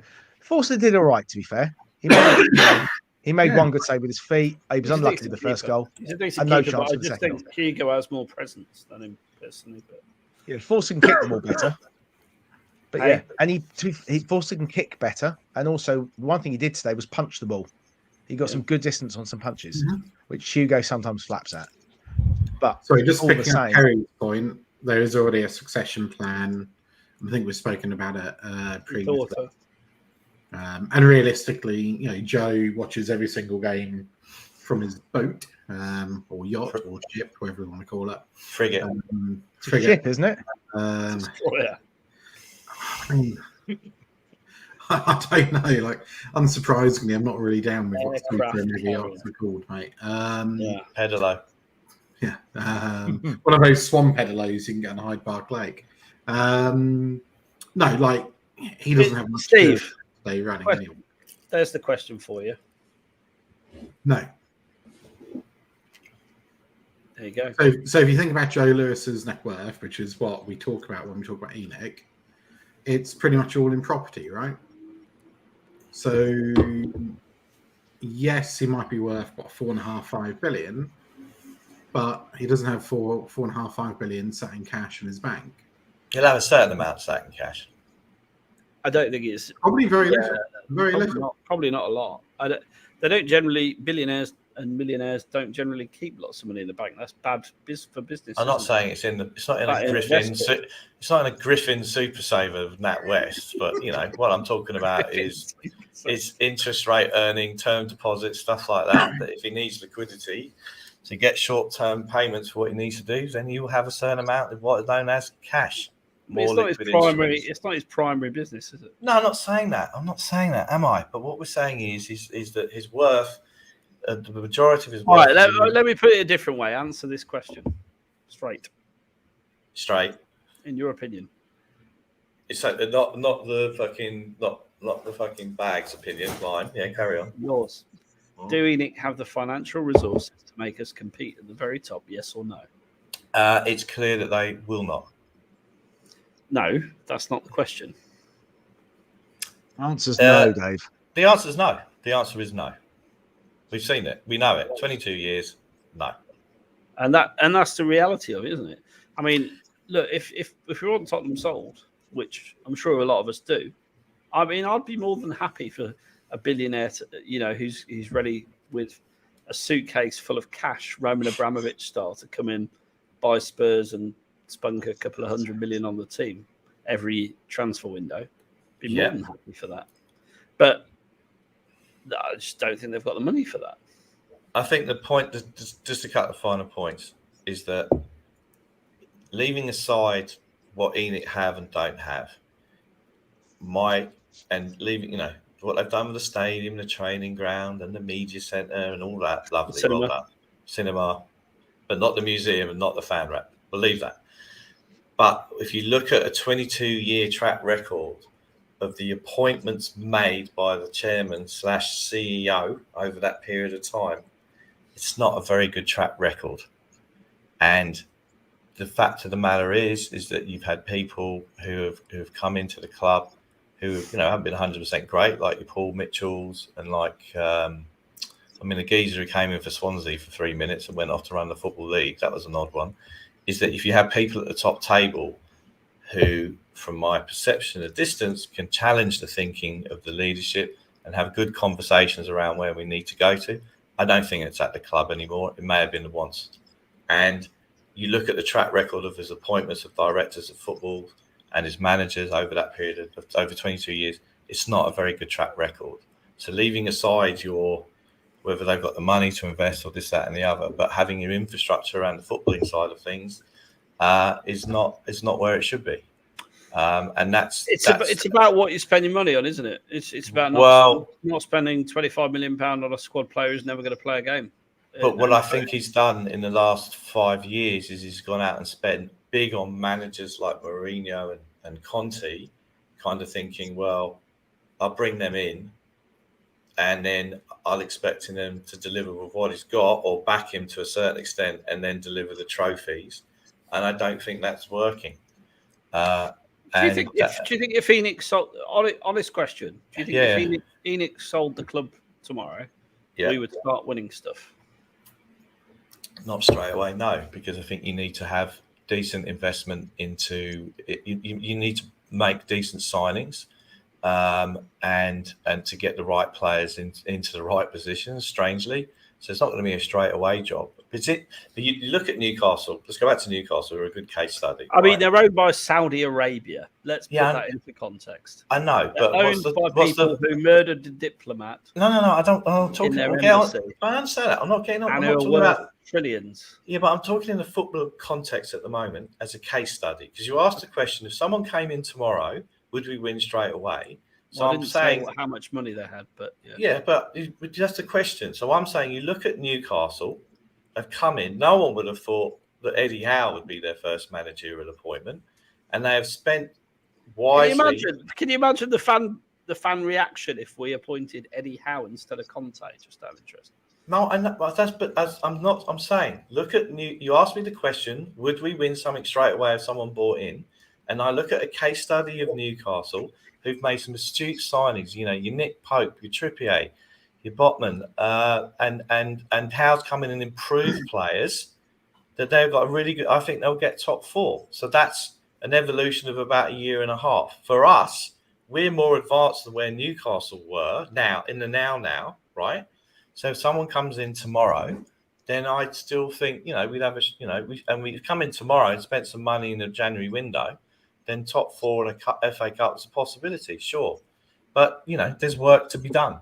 It's quite clearly that we're not getting players coming through the youth system into the team, and obviously a manager that doesn't support that. But that's the reality situation. And the fact is that we've had 22 years of them. Your lived-in experiences is more comparing sugar to them. My lived-in experiences is the end of the 70s and the 80s, where we played attractive football and won trophies. And that's probably where my context and contrast comes from. What a beautiful contrast it is. Side point on Newcastle. We spent the same as them this summer. Yeah.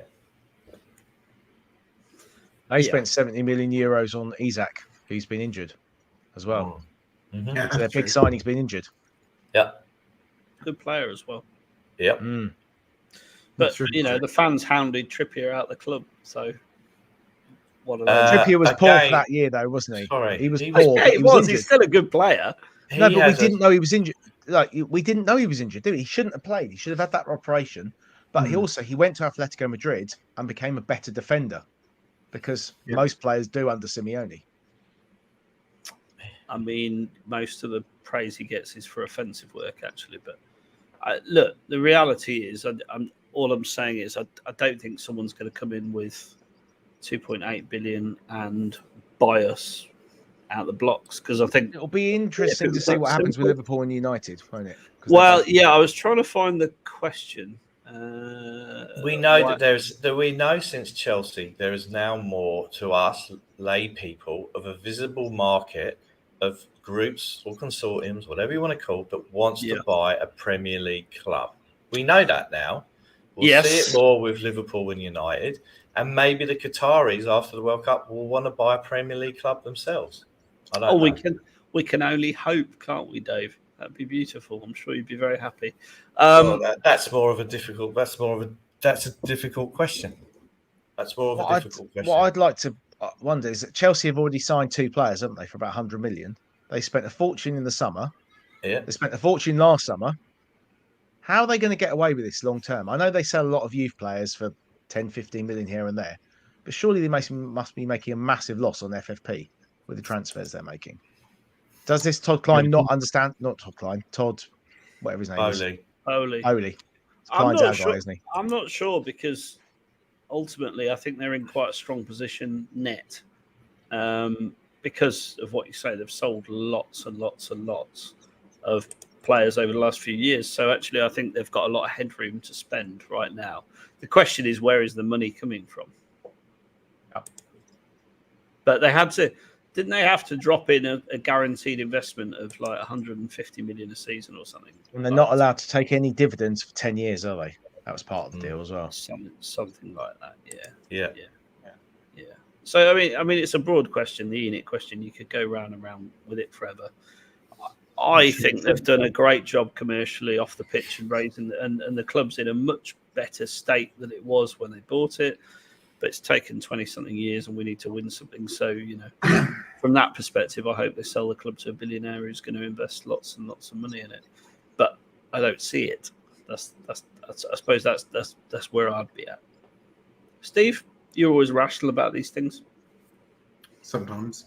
I can't see Ian excelling for another 5 or 10 years. There you go. You've just pissed everyone off. You've just taken me into my 60s. Thanks for that, Steve. You're only in your 50s? Because what's the rationale for it? That's just what I think they'll do.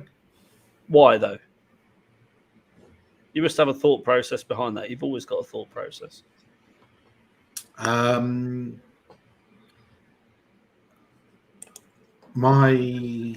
know. What does John think? Oh, deflection. Oh, nicely played. All right, I was just looking at Chelsea's spend, and Chelsea have spent a lot of money in the last 5 years. Like 400 million net. But what have they taken in? That's the question. It doesn't matter. No, net transfers. They're on about 400 million spent in the last 5 years, roughly. Well, that's not any more than us. But go on, anyway. I agree. I don't see Enoch selling. Levy doesn't seem in any hurry.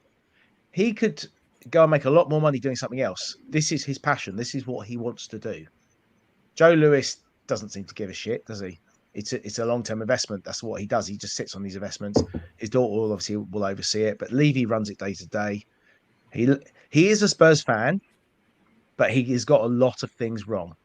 But he's got a lot of things right as well. But they've got it. We need more hits and misses. A lot more hits and misses in the next year or two. But I mean, I've seen Stuart's comments in the comments about our fan base is too weak or whatever. The trouble is, you look at United. The Glazers aren't selling because the United fans are protesting and breaking into the ground. They're selling because they've realised their club's worth £3 or £4 billion now that they paid. Well, they didn't pay anything for it because they loaned it, didn't they? Yeah. They leveraged it. They can make a lot of money right now. That's the only reason United are going to sell, not because of ultimately. Well, they did pay for it, but they raised it through borrowing. So yeah. So they've not actually paid anything effectively. They've just mortgaged the club, and now they're going to make a massive ton of money. The only way Enoch will ever sell now is if everyone stops going to games. That's the only way it's going to happen. But people will still go to games if Corley, you gave up your season ticket, someone else will take it, and so on. And a lot of these people protesting are season ticket holders, and they go to games. So I don't really understand. If you don't like it, don't go. Watch it on the TV. Well, or guess of the club for social media influencer. Here's me as a betting man. Enoch will sell when they get an NFL franchise, because that will be the top end. They'll do the stadium deal. They'll get an NFL franchise in there, and I don't think it'd be that could be the absolute. Oh, there you go. Look at that. It could be the absolute optimum time for them to sell, and ultimately they're property investors, and they are looking for the best deal possible. They're business people. I've said this before. Tottenham Hotspur is a business. It is not a football club. It does football, but primarily it's a business, and that's just a cold, hard fact. Whether you like it or not, it is a limited company. There you go. Do you think Enoch will You can hate it as much as you like. You can moan about it on Twitter as much as you like within your character limit. But the reality is there is nothing you can do about it. Like literally nothing. So move on with your life. Chill out. Do something. Well, there is stuff you can do about it. You can protest. You can not go. Won't do anything. Won't do anything. Well, but that's within whether it does anything or doesn't. I mean, the only reason Abramovich sold is because Russia invaded the Ukraine. Yeah, exactly. But that's what I'm saying. For someone to blow up Joe Lewis's yacht. Yeah. I'm not saying blow up Joe Lewis's yacht or Pedalo. What I'm saying is that the great argument was always been, well, who are we going to sell it to? Do you know any venture capitalists or private equity? There'll be someone to sell it to. There'll be someone to sell it to. And we see, as I said, Conway Sports Group, for example, or someone of the Glazers. Someone of that ilk is much more likely to buy Spurs, to my mind, than a sovereign wealth fund, because we're not attractive. Look, the money. Look at the club they've gone after, Newcastle. Right? Why? Because they can pick it up for peanuts. The fan base is massive. You can it's very well supported. It's not massive. You can cram a lot of people in there. It's got a bit of history. It's a Premier League club. There's easy, quick win potential. So it's far more, and they don't have to spend a lot up front comparatively. Yeah. That's why we won't get a sovereign wealth fund buying Spurs. Look at City. They were a basket case when they got bought, because ultimately these people are businessmen as well. How much is Man City worth now? How much will Newcastle be by the time they're finished? Yeah, but how much is Spurs worth now versus the max headroom? And that's the point. There isn't that much investment potential in Spurs versus other clubs in the Premier League. I think there is. I stand by that for you. I think there is. All right, Dave, tell me. Right, Newcastle was bought for how much? 305. How much was? Look at Chelsea. How much did they pay for Chelsea? All right, no. The question is how much Abramovich paid for Chelsea.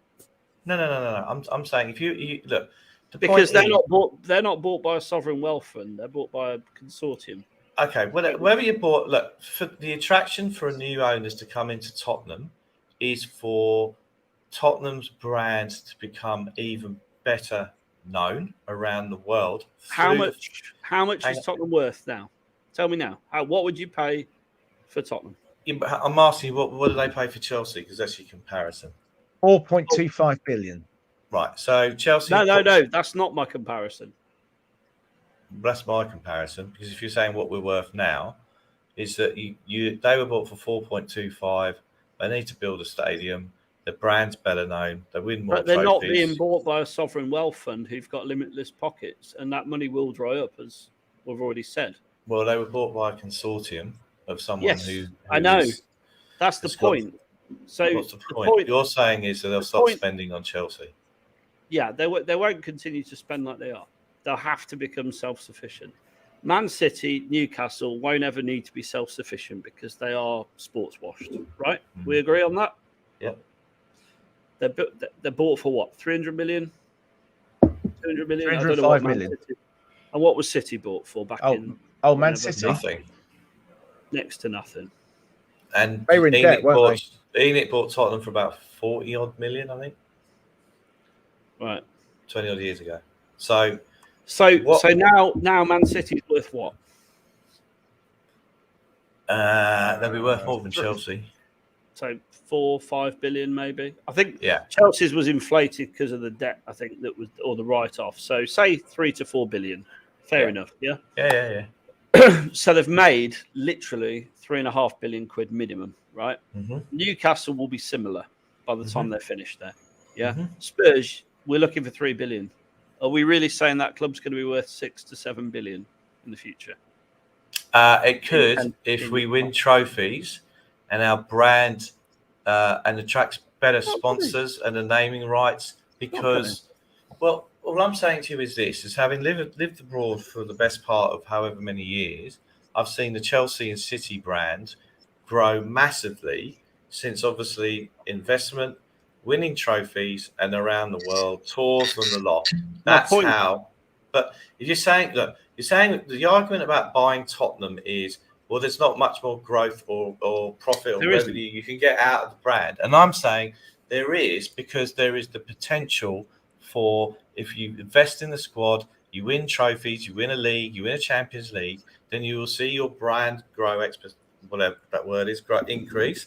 Your revenues, thank you. And then your commercial revenues will increase by the fact that you will get sponsors at bigger deals. You will get shirt sales, the lot, tours, the lot. That's how it works. That's what we've seen with Chelsea and City. You wouldn't have seen Chelsea and City shirts around the world before 20 years ago, really. No, you wouldn't. I agree. No, but that's where the growth aspect is.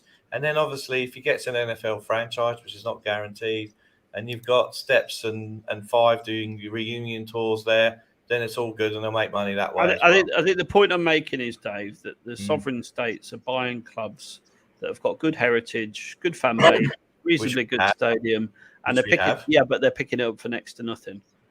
And they're going to turn it into £4 billion worth. We're not going to do that. We're not going to be able to do that because of where it's at. Yeah, that's just reality. We wouldn't be bought by a sovereign wealth state. You'd be bought by a Todd Bowley or equivalent, who aren't going to invest money long term. No, but the market is, so as I said, we're now seeing the market with the Chelsea sale and the Liverpool Man United. We're now going to see what the market is. But you're not going to get the sovereign wealth funds buying Spurs. That's my point. Okay, I chucked out a South Korean sovereign wealth fund on the last show because they seem to think South Korea is all right on human rights, so they're a nice sovereign wealth fund. So that was just a throwaway comment. But my point is this: you convinced Kerry now. You see? Yeah. Sorry, Kerry. But the market, as I said, we're seeing the market now for buying a top tier Premier League club who've won trophies, have got brand, historic heritage. Chelsea, Liverpool, United. So we will see what happens there. It looks like Liverpool United, they cleared off once they realised the Super League wasn't going ahead. Yeah. And that's what's happened there. So we'll see the market. And Levy and Lewis, who, Leave it waiting for the NFL to come to fruition and get a franchise in London, and then the club's worth even more money, and then they sell. Yeah, but I mean this in a nice possible way. Lewis might not be around to see that, and I don't wish ill will on anybody. He's probably fitter than you or me, to be honest, Dave. But that's not hard. Well, if I lived on a frigate, I'd be fit. I know. I suppose my point is I don't really know that he's going to bugger off anytime soon, and his daughter's quite young. So there you go. My point is I don't think we're going to. I agree with Steve. I don't think we're going to be sold anytime soon.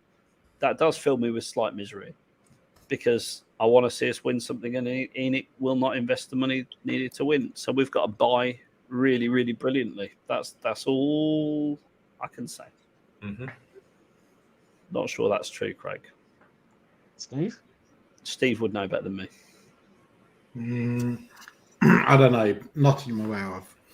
I know an offer was made and they turned it down. So who knew JP was an expert in valuations of football clubs? I'd agree with him that we're worth probably in that ballpark because we haven't won anything. And, well, Tanganga's worth 2.4 billion on the book. So. You buy these clubs partly based on what they win. Chelsea were just a FA Cup team before Abramovich, and now they're prolific serial winners with a worldwide brand. Yeah, that's it. Yeah. What's a SPAC, Steve? Oh, we know this. Special. Have to be careful, don't I? The politically correct SPAC is special purpose acquisition company. Okay. So effectively, what you do, you list it's a cheap way of IPOing. So you have a dodgy. It's not a good thing. It's not a good thing. I mean, it can be. It's a structure. It's an investment. Yeah. It's a structure. I mean, it is a route round certain, particularly in the UK, certain listing regulations. So you can get some dodgy SPACs. Yeah, don't forget. ENIC delisted Tottenham. We're on the alternatives market. Yeah, we were delisted. So yeah. But all a SPAC is a company with nothing in it other than some cash that's listed, and then it goes and buys something. Yeah, that's not a problem. It's a common venture capital private equity structure. 100%. Yeah, I agree. I probably listed 6-7 SPACs last year. It's a normal structure. Well, not me personally, not with my money in at least. But the only thing I don't like about them is you do often tend to get the lesser companies being acquired by a SPAC. It's not the preferred route to market. Okay. Anyway, we're going well off. Well, look, we've been going 2 hours and 2 minutes, so I'm going to wrap it up. 2-2 draw today. Not the result we all hope for on Boxing Day, New Year's Day. Maybe will be more prosperous for us. Steve, will you be there? I will be there. That means Conte Cam will be there. Conte Cam will be there, and it's 2 o'clock, isn't it? I don't know. You told me Levy got the time wrong, didn't he? Yeah. Well, the entire club's got the time wrong. Everybody was saying they're going to get there for the 12:30 kickoff. So, I might have to give somebody a shout. No, it is 2 o'clock, isn't it? Yeah. Live on Sky, I think. It is 2 o'clock. We'll be back. We're Mondays and Fridays, 9 p.m. I'm sure there'll be some more shows in the mix as well with instant reaction, etc., etc., etc. Dave, it's been a pleasure as always debating SPACs, football, life, ENIC. It's always a pleasure to be on with you, and I mean that genuinely. And I think it's really genuinely an intelligent conversation that didn't have to descend into personal abuse of anyone. We do that on WhatsApp anyway, but that's the way it should be. The personal abuse is definitely on WhatsApp, Steve. Yeah, personal abuse is on WhatsApp. But that, as I said, we don't all agree. Doesn't mean the cheese room is this. It doesn't mean the cheese room is that. You just come here and have a conversation. Doesn't mean I listen to that. If one more tossers tells me on Twitter, "Oh, you're really a kid, you are," because I don't agree. Well, send them my way. Don't know how you're going to send them my way, but send them my way. I'll write a message. It's just nonsense. The whole point is we have a discussion, and that's what we do. Absolutely. And so I really enjoyed it. Lovely to see you all. Praise the pros and cons. Steve, lovely to see you. DaveO, the next time I'm going to see you will be in person, won't it? When do you fly there, Steve? 5th of Jan. Any chance you two could do a show together from there then? No. Okay, It's that's not a on shame. my couch at 8 o'clock in the morning with my children. It's not happening. And I don't mean that in a Special dodgy way. cuddles. I don't mean that in a dodgy way. It's just not happening. No. John, as ever, thanks for being John, and I love your background. No, I know it's some genius took the photo. Not sure who. The Levy Dome. Yeah, Was it you? wasn't me, obviously. Is that my photo?